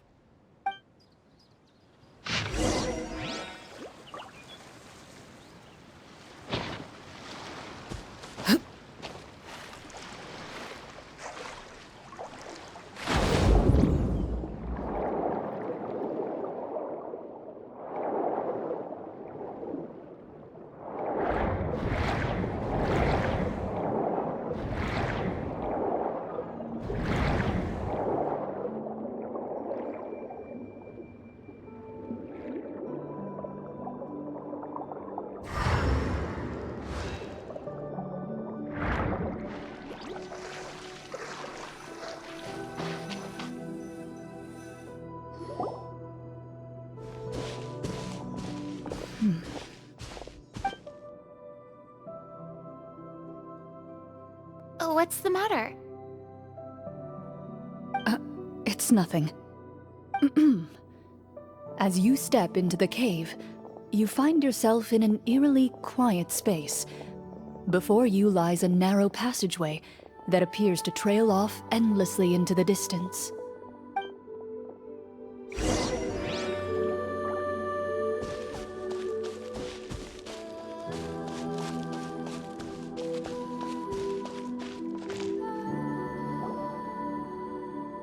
Wow, this must be where the treasure is hidden! But this door is blocking our way in. It almost looks like it's been here for quite some time. I've got to hand it to the tabletop troupe. They really went all out with the props. Huh. What have we got down here? A kind of mechanism connected to the door? Ah, it looks like we might have to arrange it into a certain pattern. A pattern on a stone door. That's something Master mentioned before. Is something wrong, Clorinde? After a long, difficult journey, you finally arrive at the location indicated by your map. It appears to be an ancient site of some sort, where treasure likely awaits. Your surroundings are exceedingly quiet and serene, as if the secret that slumbers here has never once been disturbed. If you listen closely, you can almost convince yourself you can hear the sound of its calm, gentle breathing.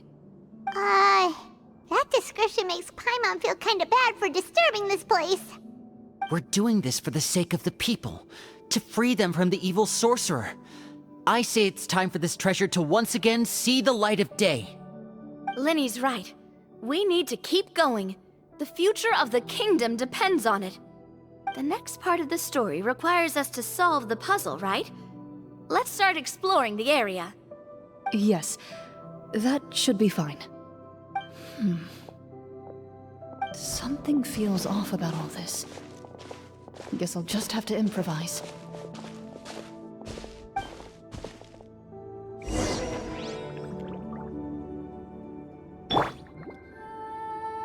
Hold the line!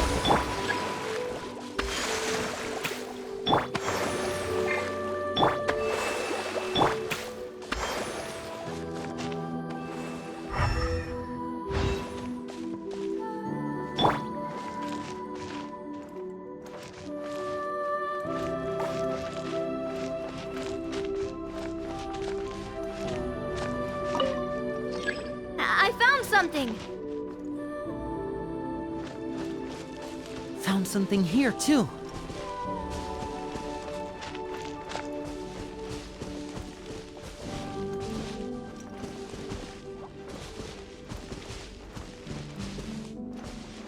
Same here.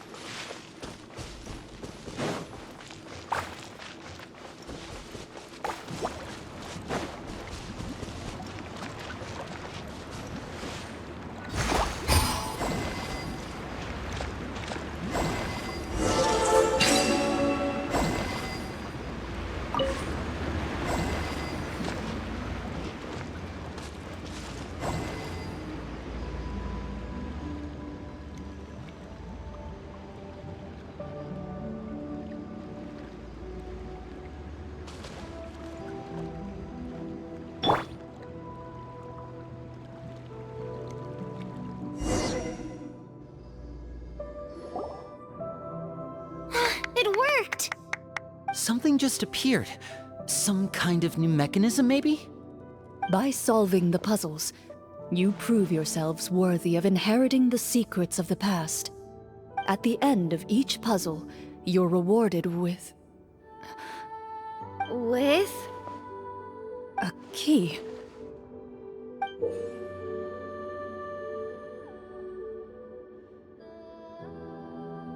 Oh, it must be the key to the big door. Huh? This is one of the Marechaussee Hunter keys that are passed down from generation to generation. It looks just like the one Master passed down to me. It is said that 4 keys in total are required to form the final, complete key. And it seems like we just collected 3 of them.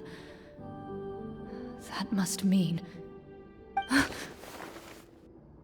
Huh? What's wrong?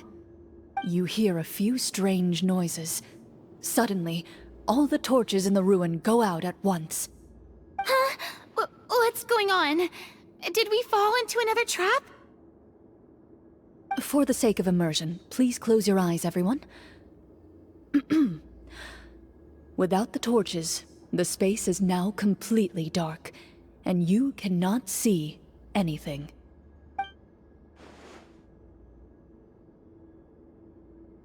But Paimon can still see a little bit over here. Oh, right, sorry. Suddenly, you hear the sound of footsteps pierce through the darkness. There's someone else here? Oh, this is so unsettling. I can't see anything. I've been discovered then. Wait, that voice, it's... You recognize the voice as belonging to the guard who led you to this place. It appears he now covets the treasure for himself, and has come to stake his claim. Oh, so this is just part of the script. Then I can probably relax. Well, if we can't see anything, that means we can't fight to the fullest of our abilities. Should we retreat for now? Judging by the way he's holding his sword, he must be a real Marechaussee hunter. But this isn't part of the script. Retreat? That's not the hunter way. If it's dark for us, then it's dark for him. We choose to fight. Your choice is noted. Please keep your eyes closed until I tell you the torches have been relit. This battle will be in the dark. You got it. Well then, let us begin.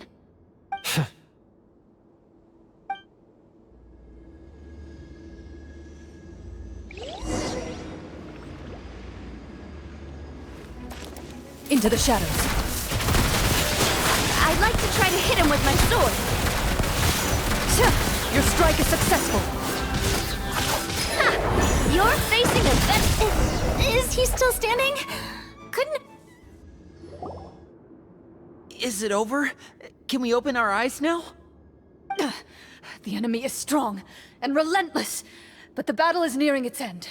The torches have not been relit. What about now? Final strike. Ha!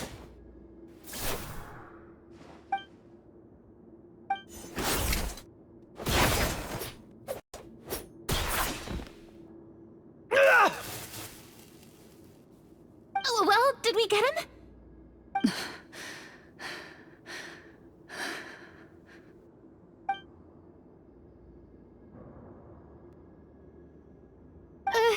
Clorinde? Warm fire flickers across the walls once more. Your vision is now clear. In an impressive display of courage, the four of you successfully defeat the uninvited guest. That look in his eyes. It's like he became an entirely different person as soon as I defeated him. Huh? Mr. Florian? Oh, wait. We're supposed to be role-playing. I should stay in character. Speak your name, guard. Why did you lead us here just to betray us? Is this treasure really more important to you than bringing peace to the kingdom? What kingdom? What peace? Those were nothing but lies! I, Florian, am a true marechaussee hunter, descended from hunters of ages past. So he's also using his real name. Or, wait, was that the name of his character from the very beginning? Then I'm even more confused. If you truly are a marechaussee hunter, shouldn't you want to help us just like you said before? Shouldn't we fight together for the sake of the people? What do you know? In this day and age, there's no glory to be had as a marechaussee hunter. What's that supposed to mean? My skills were passed down to me by my father. We lived a life of obscurity in the remote wilderness. Still, he devoted everything he had to being a marechaussee hunter. And what did he get in return? A life of poverty and pain. In a world that forgot all about him. When he died, not a single person came to mourn his passing. The marechaussee hunters were the ones who saved this city. We're heroes! We deserved more recognition and respect than this! Is he talking about how no one in the capital seems to remember the hunters and their legacy? I didn't expect the script to contain this level of social criticism. So that's why you want to take the treasure for yourself? You feel like you're owed fame and wealth? If you already knew where the treasure was located, why didn't you just come down here and take it? Because I still needed the final key. Only a true marechaussee hunter is capable of passing through this final door. As someone who sought to hurt others for his own gain, Florian lost that right long ago. Okay, but what is this treasure anyway? We've got all the keys, right? So can we just go in and take a look? You're sure you want to go in? We've been talking about it for so long, of course we want to see what's inside! And we've already defeated Florian, right? So he won't try to take it from us anymore. Pesky brats. Watch yourself. Then let's open the door together. All right. Your choice of action is confirmed.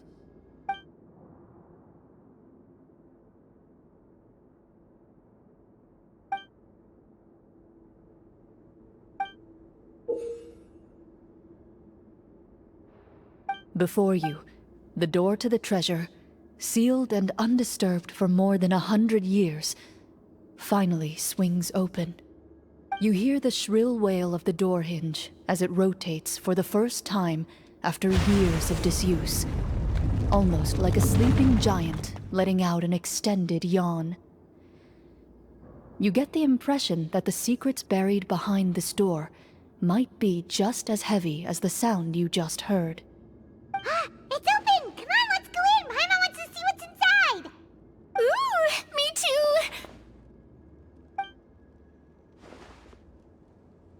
Ugh, uncovering hidden treasure is the most exciting part of adventuring. What do we have here? Uh-huh. A stone tablet? And some shabby weapons? You call this a treasure vault? Looks more like an abandoned warehouse. Maybe the troupe ran out of budget at the end? They provided a super immersive experience at the beginning only to drop the ball at the most important part. They could have at least filled this place with cardboard Mora or something. Wait, I get it now. Paimon, this is the real Marachose Hunter treasure.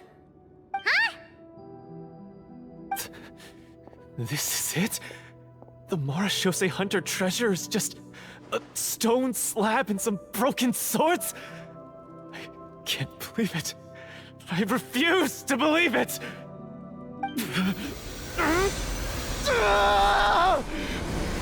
Whoa, are you okay? The Marachose Hunter before you appears to suffer a serious mental breakdown. He needs to leave the room for a moment to collect himself. One of you seems to understand the significance of the treasure already. If the rest of you wish to follow suit, you may remain here in the meantime and explore your surroundings.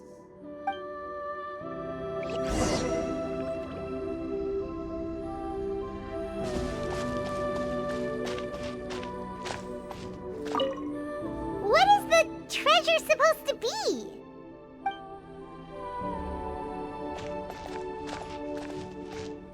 Walter.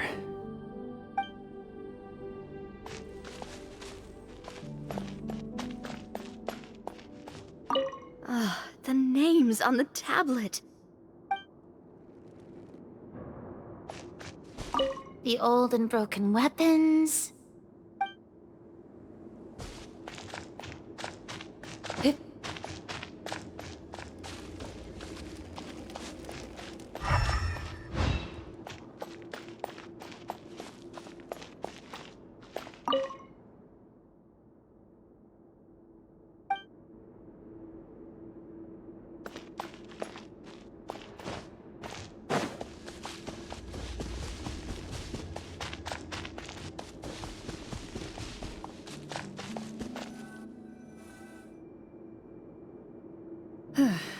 So, how are you doing? Feeling any better? What just happened? Do you remember how you got here? Or what happened to your body just now? I remember now. I brought you here because I wanted to... The explosives in the cave! You mean these? Huh?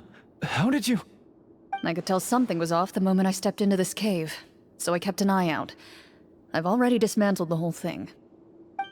So the strongest champion duelist in all of Fontaine saved the day once again. Guess I shouldn't be surprised. It would seem your skills as a Marachose hunter are as sharp as ever. I deserve some answers, don't you think? Tell me why you wanted to lure me here. Everything you said earlier sounded like the truth. Luckily, your monologue was dramatic enough to convince my friends you were just role-playing. I don't know. I just always felt like there was something in my heart that didn't belong to me. Something agitated and angry. Who knows? Maybe it was my own anger all along. I could never really tell. The feelings about my father and the other Marachose hunters are real. It just wasn't fair. I was angry, bitter that no one remembered them or praised their accomplishments. I don't know when it started, but at some point, my anger came to completely consume me. At that point, I remembered the legend my father used to tell me. The one about the treasure. But if the treasure was all you cared about, why plant all those explosives? Wouldn't they just destroy the treasure and bury you along with it? I can't remember. My head is a mess. It felt like there was this voice telling me to eliminate the hunters, but now it's gone. From your description, I suspect you were dealing with a Devorator. Devorator? Oh, your master... your father, I mean. Never talked about it? It was a kind of monster that was active several centuries ago. No, I've heard of it. I'm just not sure why you suddenly... Wait, it can't be. The seal! The seal? My family has served as Marechaussee hunters for many generations. But the title and swordsmanship weren't the only things passed down over our line. There was a seal as well. My father instructed me to always watch over that seal and maintain it regularly. He said it had been passed down over a truly ancient age, and protecting it was our clan's most important duty. But I neglected that duty after he died. I finally decided to come down and check on it one day, and that's where my memories become fuzzy. The Devorator would be a formidable adversary for any mortal being, even ones as capable as the Hunters. If you lacked the power to completely destroy it, you could easily fall prey to its influence and corruption. In light of this, some Marechaussee hunters chose to seal the Devorator away, in the hopes that a permanent solution would come with the passage of time. I heard it has the power to amplify the obsessions and desires in people's hearts, to the point where they overtake you entirely. It would seem I'm not just lacking in skill with a blade, but in mental fortitude as well. And yet, you were able to retrieve 3 of the 4 keys. If I remember correctly, each was entrusted to a respected and capable hunter. How did you manage it? One of them belonged to my father. The second I stole from a different hunter. And the third...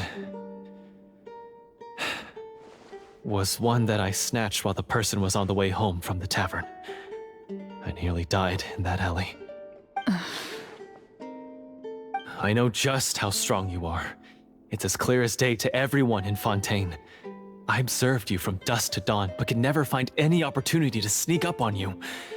I never even saw you drink a single glass of liquor. The only way I could think to obtain that last key was to lure you here using your hobby, and then... Oh, I get it now. That monster, it wanted to bury you here alongside the treasure. I won't comment on anything else, but the script was good. Well, I did pour my heart and soul into it. The stories my father used to tell me about the glory of the heroic Marechaussee hunters and how they came to be forgotten. It's more than just a story. Huh? You're proud to be a hunter. You're still holding onto that part of yourself, no matter how small. I have done so many despicable things. I have nothing to be proud of. Then explain the purpose of the evil sorcerer in your story. Huh? Isn't he the true antagonist? The one who sought nothing but his own gain, and used the people as pawns to attain it? In your heart of hearts, he was the one you truly wanted to defeat. But I've already tainted my sword. I no longer have any right to... Wake up, Florian. Remember how you introduced yourself earlier. Do you really think the hunters acted out of a desire for honor and glory? Or to be loved and acknowledged by the people? What did your father teach you about our order? You do not wield your sword for yourself, but to protect those you serve. There's nothing special about a blade. It's the intentions of the wielder that matter above all else. Do you still not understand? Even after seeing the treasure for yourself? The contents of that room, they represent the true legacy the hunters left behind. You're right. I am a Marechaussee hunter. It's time for me to redeem, no, to finally serve the people I vowed to protect all along. I wouldn't be so quick to push aside the need for redemption. I know. That's a charge I won't bother to defend myself against. Good. Then, come with me, and help me see the script through to the end. Huh? See the script through to the end? But there's no more script left. Never finished it, huh? No, I mean, I wrote the script with the sole purpose of luring you all here. There was no reason to write beyond this point. Then we'll just have to keep writing it. The evil sorcerer still needs to be defeated. You mean the Devorator? Are you saying I have to make up the rest of the script as we go along? Is that really so hard? You've already written most of it. Surely you can write an ending where the hunters win and justice prevails. I'll be there to help you too. You aren't afraid your party will fall into danger? I know what my friends are capable of, and they're all quite skilled. Besides, I need their help. Then, are you going to tell them the truth about all this? I don't intend to spoil the fun. Sometimes, protecting dreams and fantasies is more important than exposing the truth. Don't you think?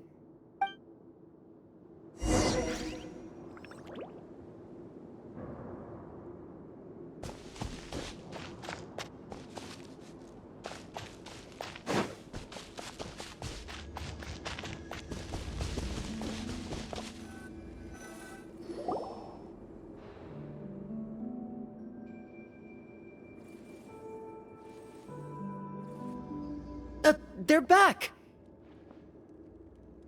That took a while. Ahem!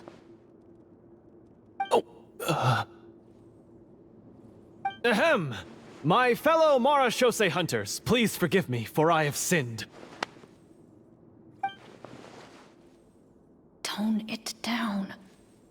Sorry.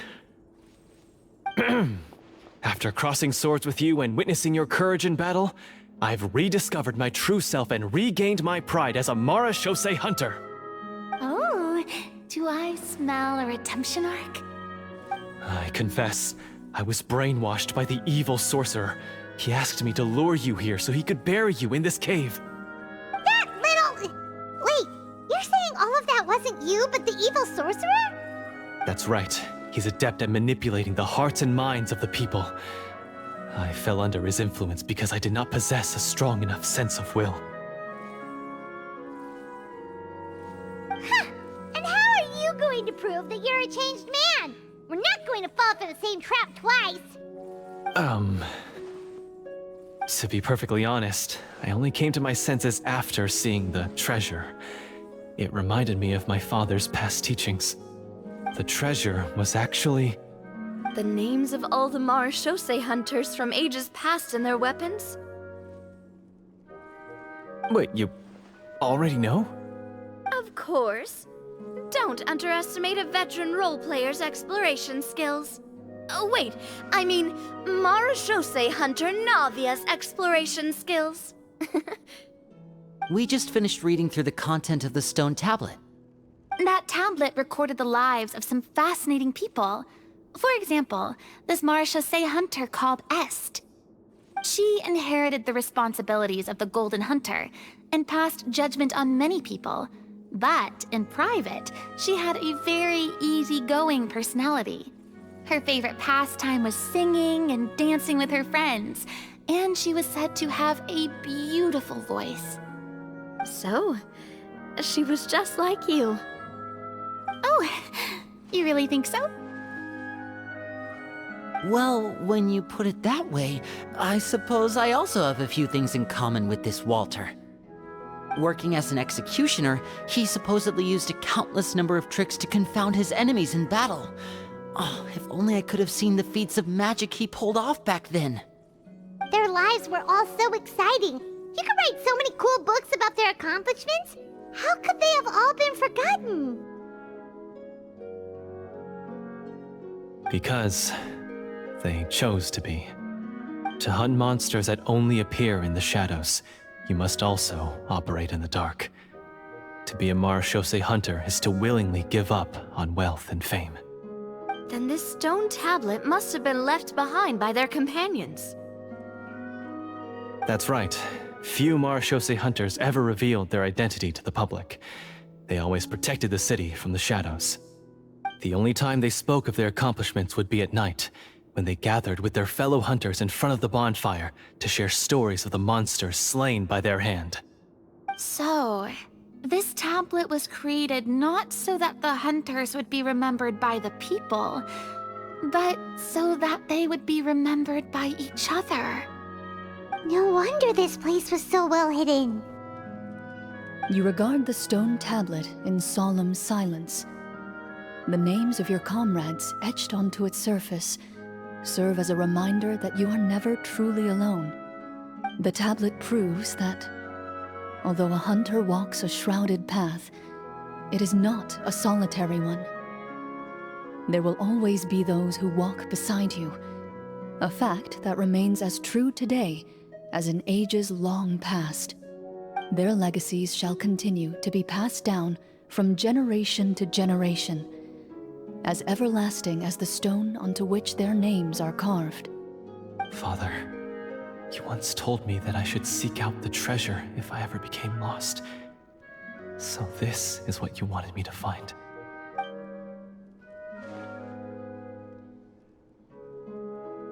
Thank you, my friend.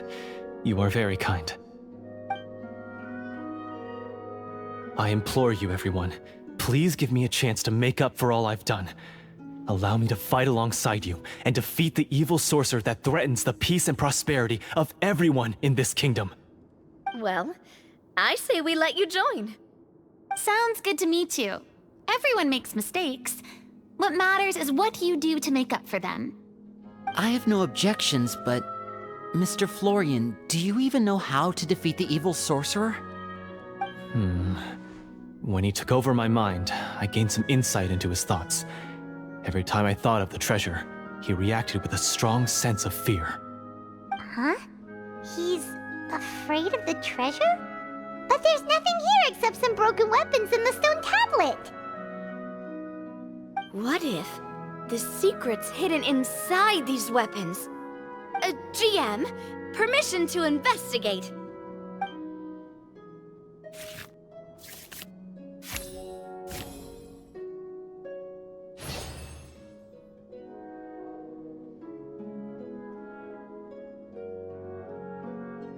At first glance, the weapons appear absolutely ordinary.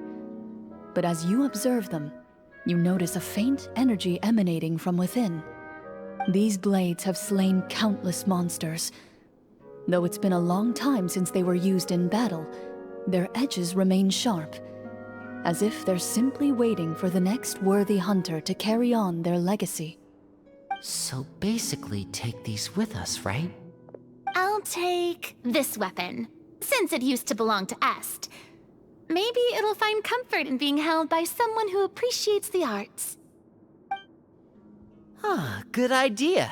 I'll take Mr. Walter's bow then, from one archer magician to another.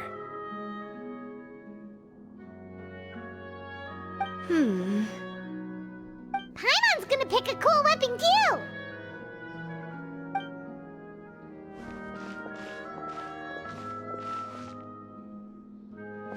As you grip your weapons, you can almost feel the will of past hunters coursing through your being. It's a feeling of courage, determination, a silent vow passed down from generation to generation that says, eradicate the monsters, no matter the cost.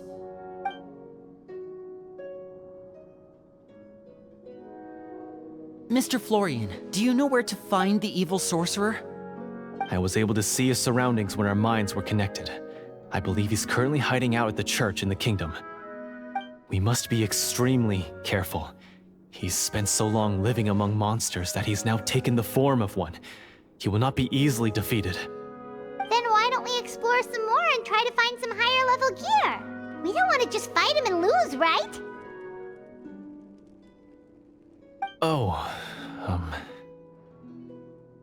No, we have to strike now. He was greatly weakened when I managed to break out of his control. If we let him rest, he might have time to escape. I agree with Mr. Florian. We've got to act while we have the advantage. Don't forget, the people of the capital are counting on us. Yeah, now that we've got a plan, there's no point in waiting. The longer this drags on, the worse it will be for everybody. Yes, that's what's called...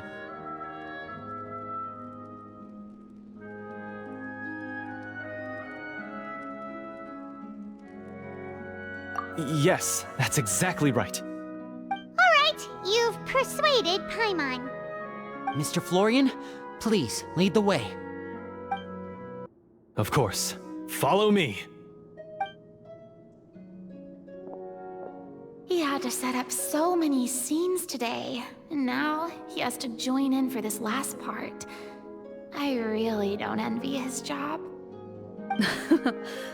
Finally, you decide to slay the evil sorcerer and bring peace back to the kingdom once and for all. As you walk away, you feel the gaze of the stone tablet at your back, as if all the hunters of the past are wishing you success in the battle ahead and awaiting your triumphant return.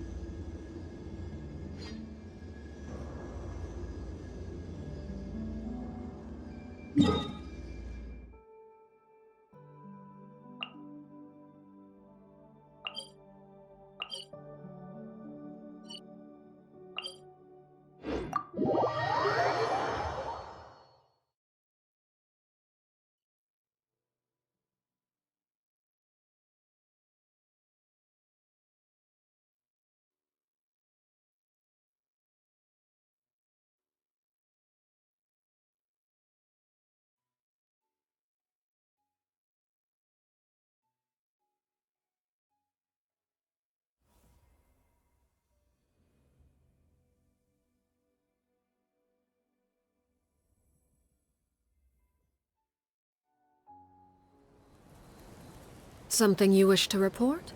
Go on. You have my undivided attention.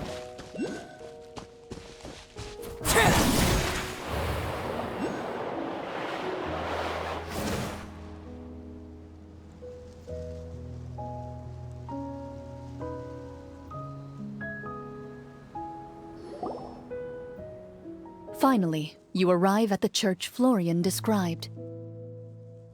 As you approach, an ominous aura surrounds you.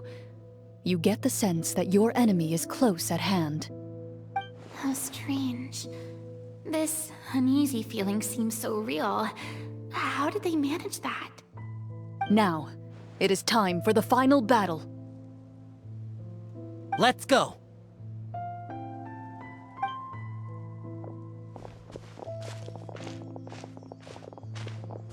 Florian, wait. What's wrong? I think you should wait outside. You've already been corrupted by the Devorator once. It could easily re-enter your mind and take control of your body. I don't think it's a good idea for you to be this close. If it corrupts you again, it's possible you might take on a new form entirely. That's exactly why I have to go. Why I should be at the very front. You mean... Yes. I intend to lure it into my body. That's too risky. If things get out of hand, I might have to kill you. Do you understand how dangerous this is? I understand, but if I do this, you'll have a clear and visible target. The Devorator will have a hard time passing up a chance to enter a body it knows how to control. You won't have to worry about any of your friends being taken over. You're not like me, Miss Clorinde. You're a just and powerful marechaussee hunter. The monster broke free due to my error. It's only right that I shoulder the responsibility for its destruction. This is... something that I have to do. Consider it a duel to restore my honor. My only request is that you give it your all.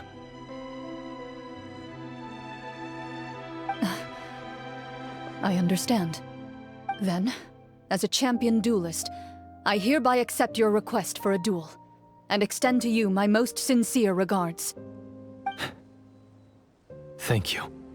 The battle is now upon us. Let the Devorator once again tremble under the blade of the marechaussee hunters.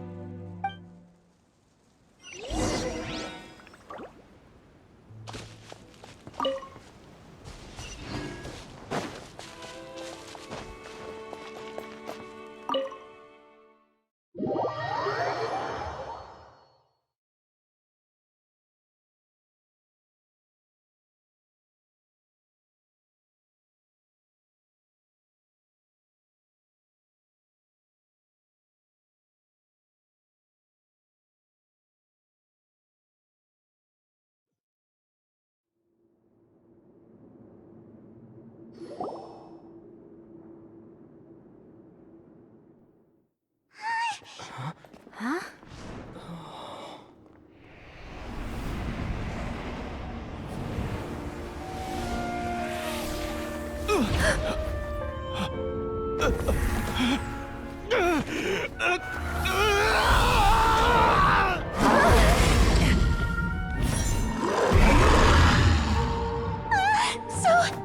lifelike!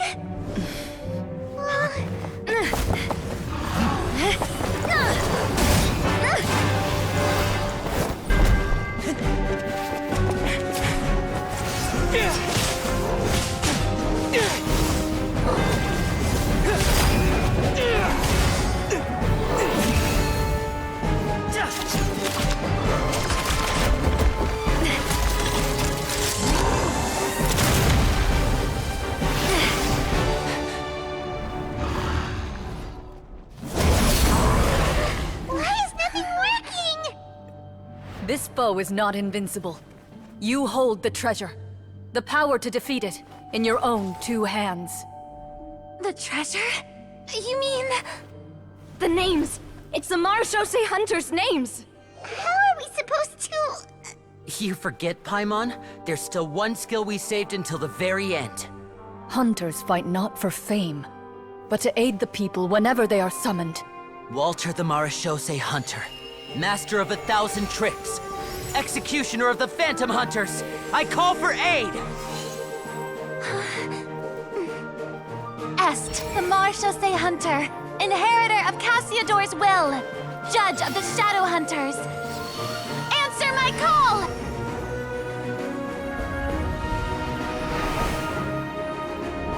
Petronia, protector of justice and order. The hunter I respect the most. Thank you for saving my friend, the best one I'll ever know. Please, lend us your strength!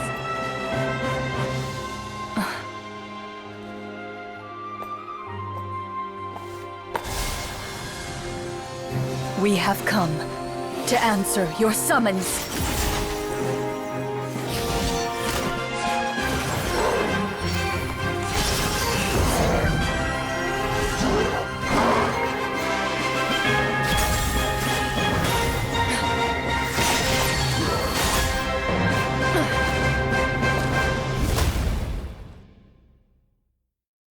And so, the monsters were eradicated, and the sorcerer was defeated. Peace soon returned to the capital. Those in the court, manipulated by the sorcerer, also recognized the errors of their ways. Some remembered the names of the heroes who saved their kingdom, but others simply continued their lives none the wiser. Such is the story of the Marechaussee Hunters. They pursue the phantoms in the darkness and exterminate all who pose a threat. They will always protect the city and those within it, even should all memory of their accomplishments be forgotten by the very people they serve. I am assuming we've finally reached the end of the script. Yes, you've reached one of the better endings. It's a pretty solid story overall. I thought it was just an ordinary adventure at first, but the further we got into it, the more impressed I became with the production and the plot. That final battle especially! All the effects were super realistic. Oh, right. Yeah, totally. That's a really good point. I never expected the weapons we picked up from that vault would have that kind of effect. Yeah, mine nearly scared the daylights out of me when it started glowing. I took a good look at it after we got out, but I don't think it ever lit up again. Oh, we should probably give these props back, right? I'll just leave mine here. Did you have a good time? Of course. Let me know if another script like this comes around. Sure, no problem. Then I'll head back for now. I think I need some time to fully digest everything that just happened. Once Mr. Florian is awake, please pass on my regards to him. He must be extremely exhausted to have passed out cold like that. You're right. He's had a lot to deal with. Well, see you all some other time. Toodaloo!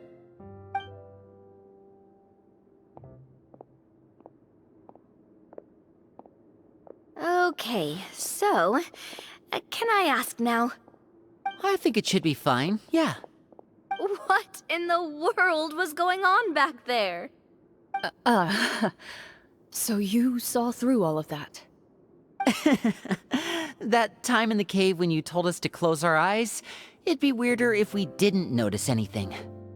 I was dying of curiosity the entire time. I mean, you did a pretty bang-up job of pretending nothing had gone wrong. Farina actually looked like she thought all of it was planned.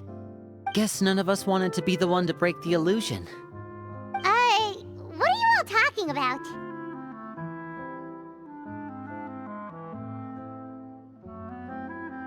Oh, wait. Don't tell me you never... Ugh, this is all my fault. It's not too late to cover your ears. Here, partner, I'll do it for you. Bit late for that, don't you think? You're saying everything that happened back there wasn't actually part of the script? It's probably more accurate to say this was never a real scripted story to begin with. What? So loud. My head. Hey, you! Get up right now and explain yourself! No shaking, please! Oh, my head.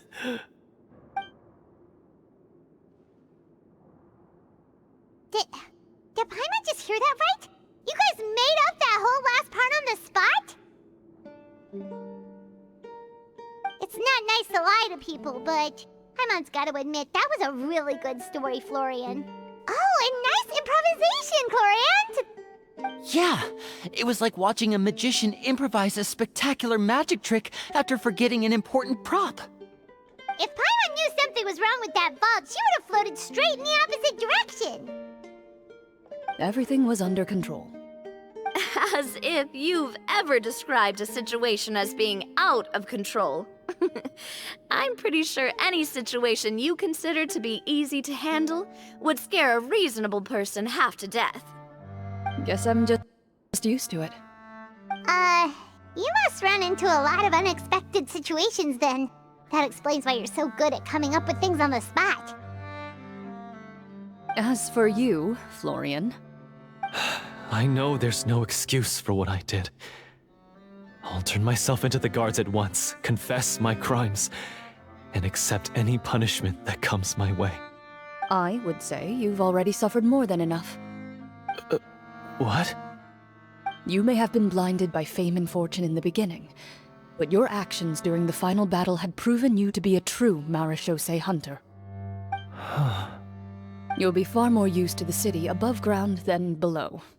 Your job as a hunter is more important. But... Of course, you'll still need to take the keys and pay a personal visit to the 2 hunters you wronged. Prepare to accept any terms they give you as well. Yes, of course. As far as I'm concerned, though, your showing in the duel was enough to prove your honor. Then I'll do exactly as you said.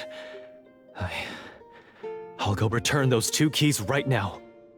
Thank you so much, everyone. I'll do my best to prove myself worthy of the second chance you've given me. I swear this on my name and honor as a Marechaussee hunter. Until we meet again, everyone.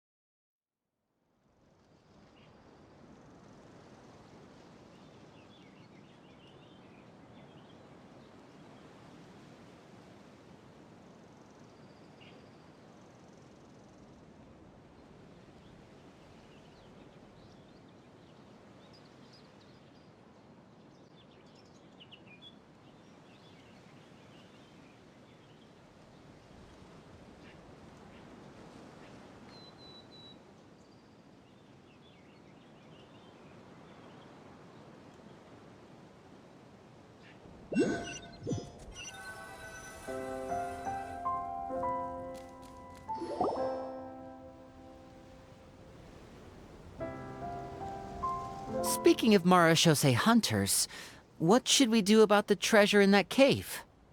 Leave it be. Are you sure? We could show it to people, make it so that the hunters are remembered. Don't you want that?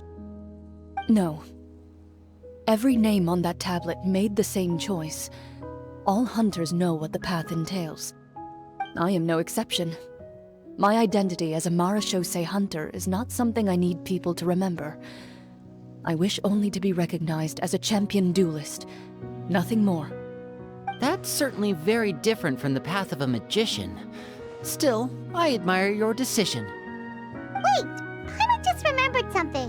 If there were no special effects involved, why did our weapons begin to glow during the battle?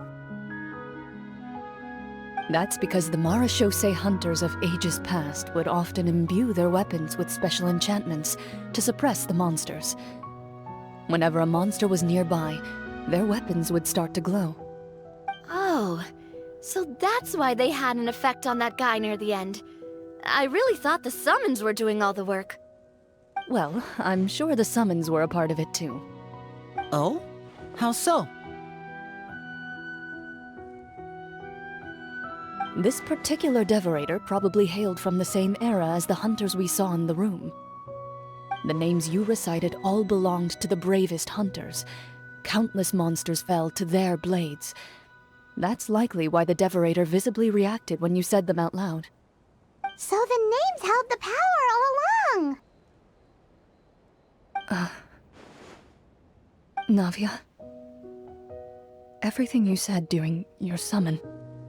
Huh? Oh, I meant what I said.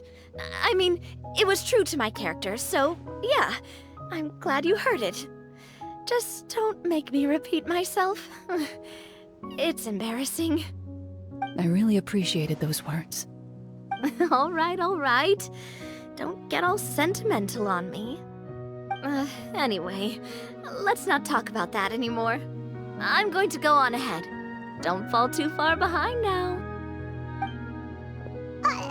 She ran off! I should probably head back as well. This story was truly incredible. I might have to spend the whole night telling my siblings all about it. Goodbye.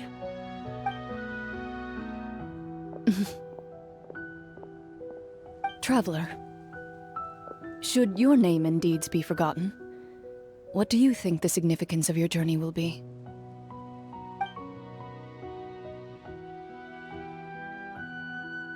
I suppose the significance would be the journey itself and the world we helped create. There's still value in the time I shared with everyone here, in the things we were able to accomplish, even if no one remembers them. A great answer. I'll remember it. Me? The Marashose hunter says nothing in response to that question. Perhaps her answer lies in her silence. An unspoken vow left to echo through the night. The path she walks needs no explanation.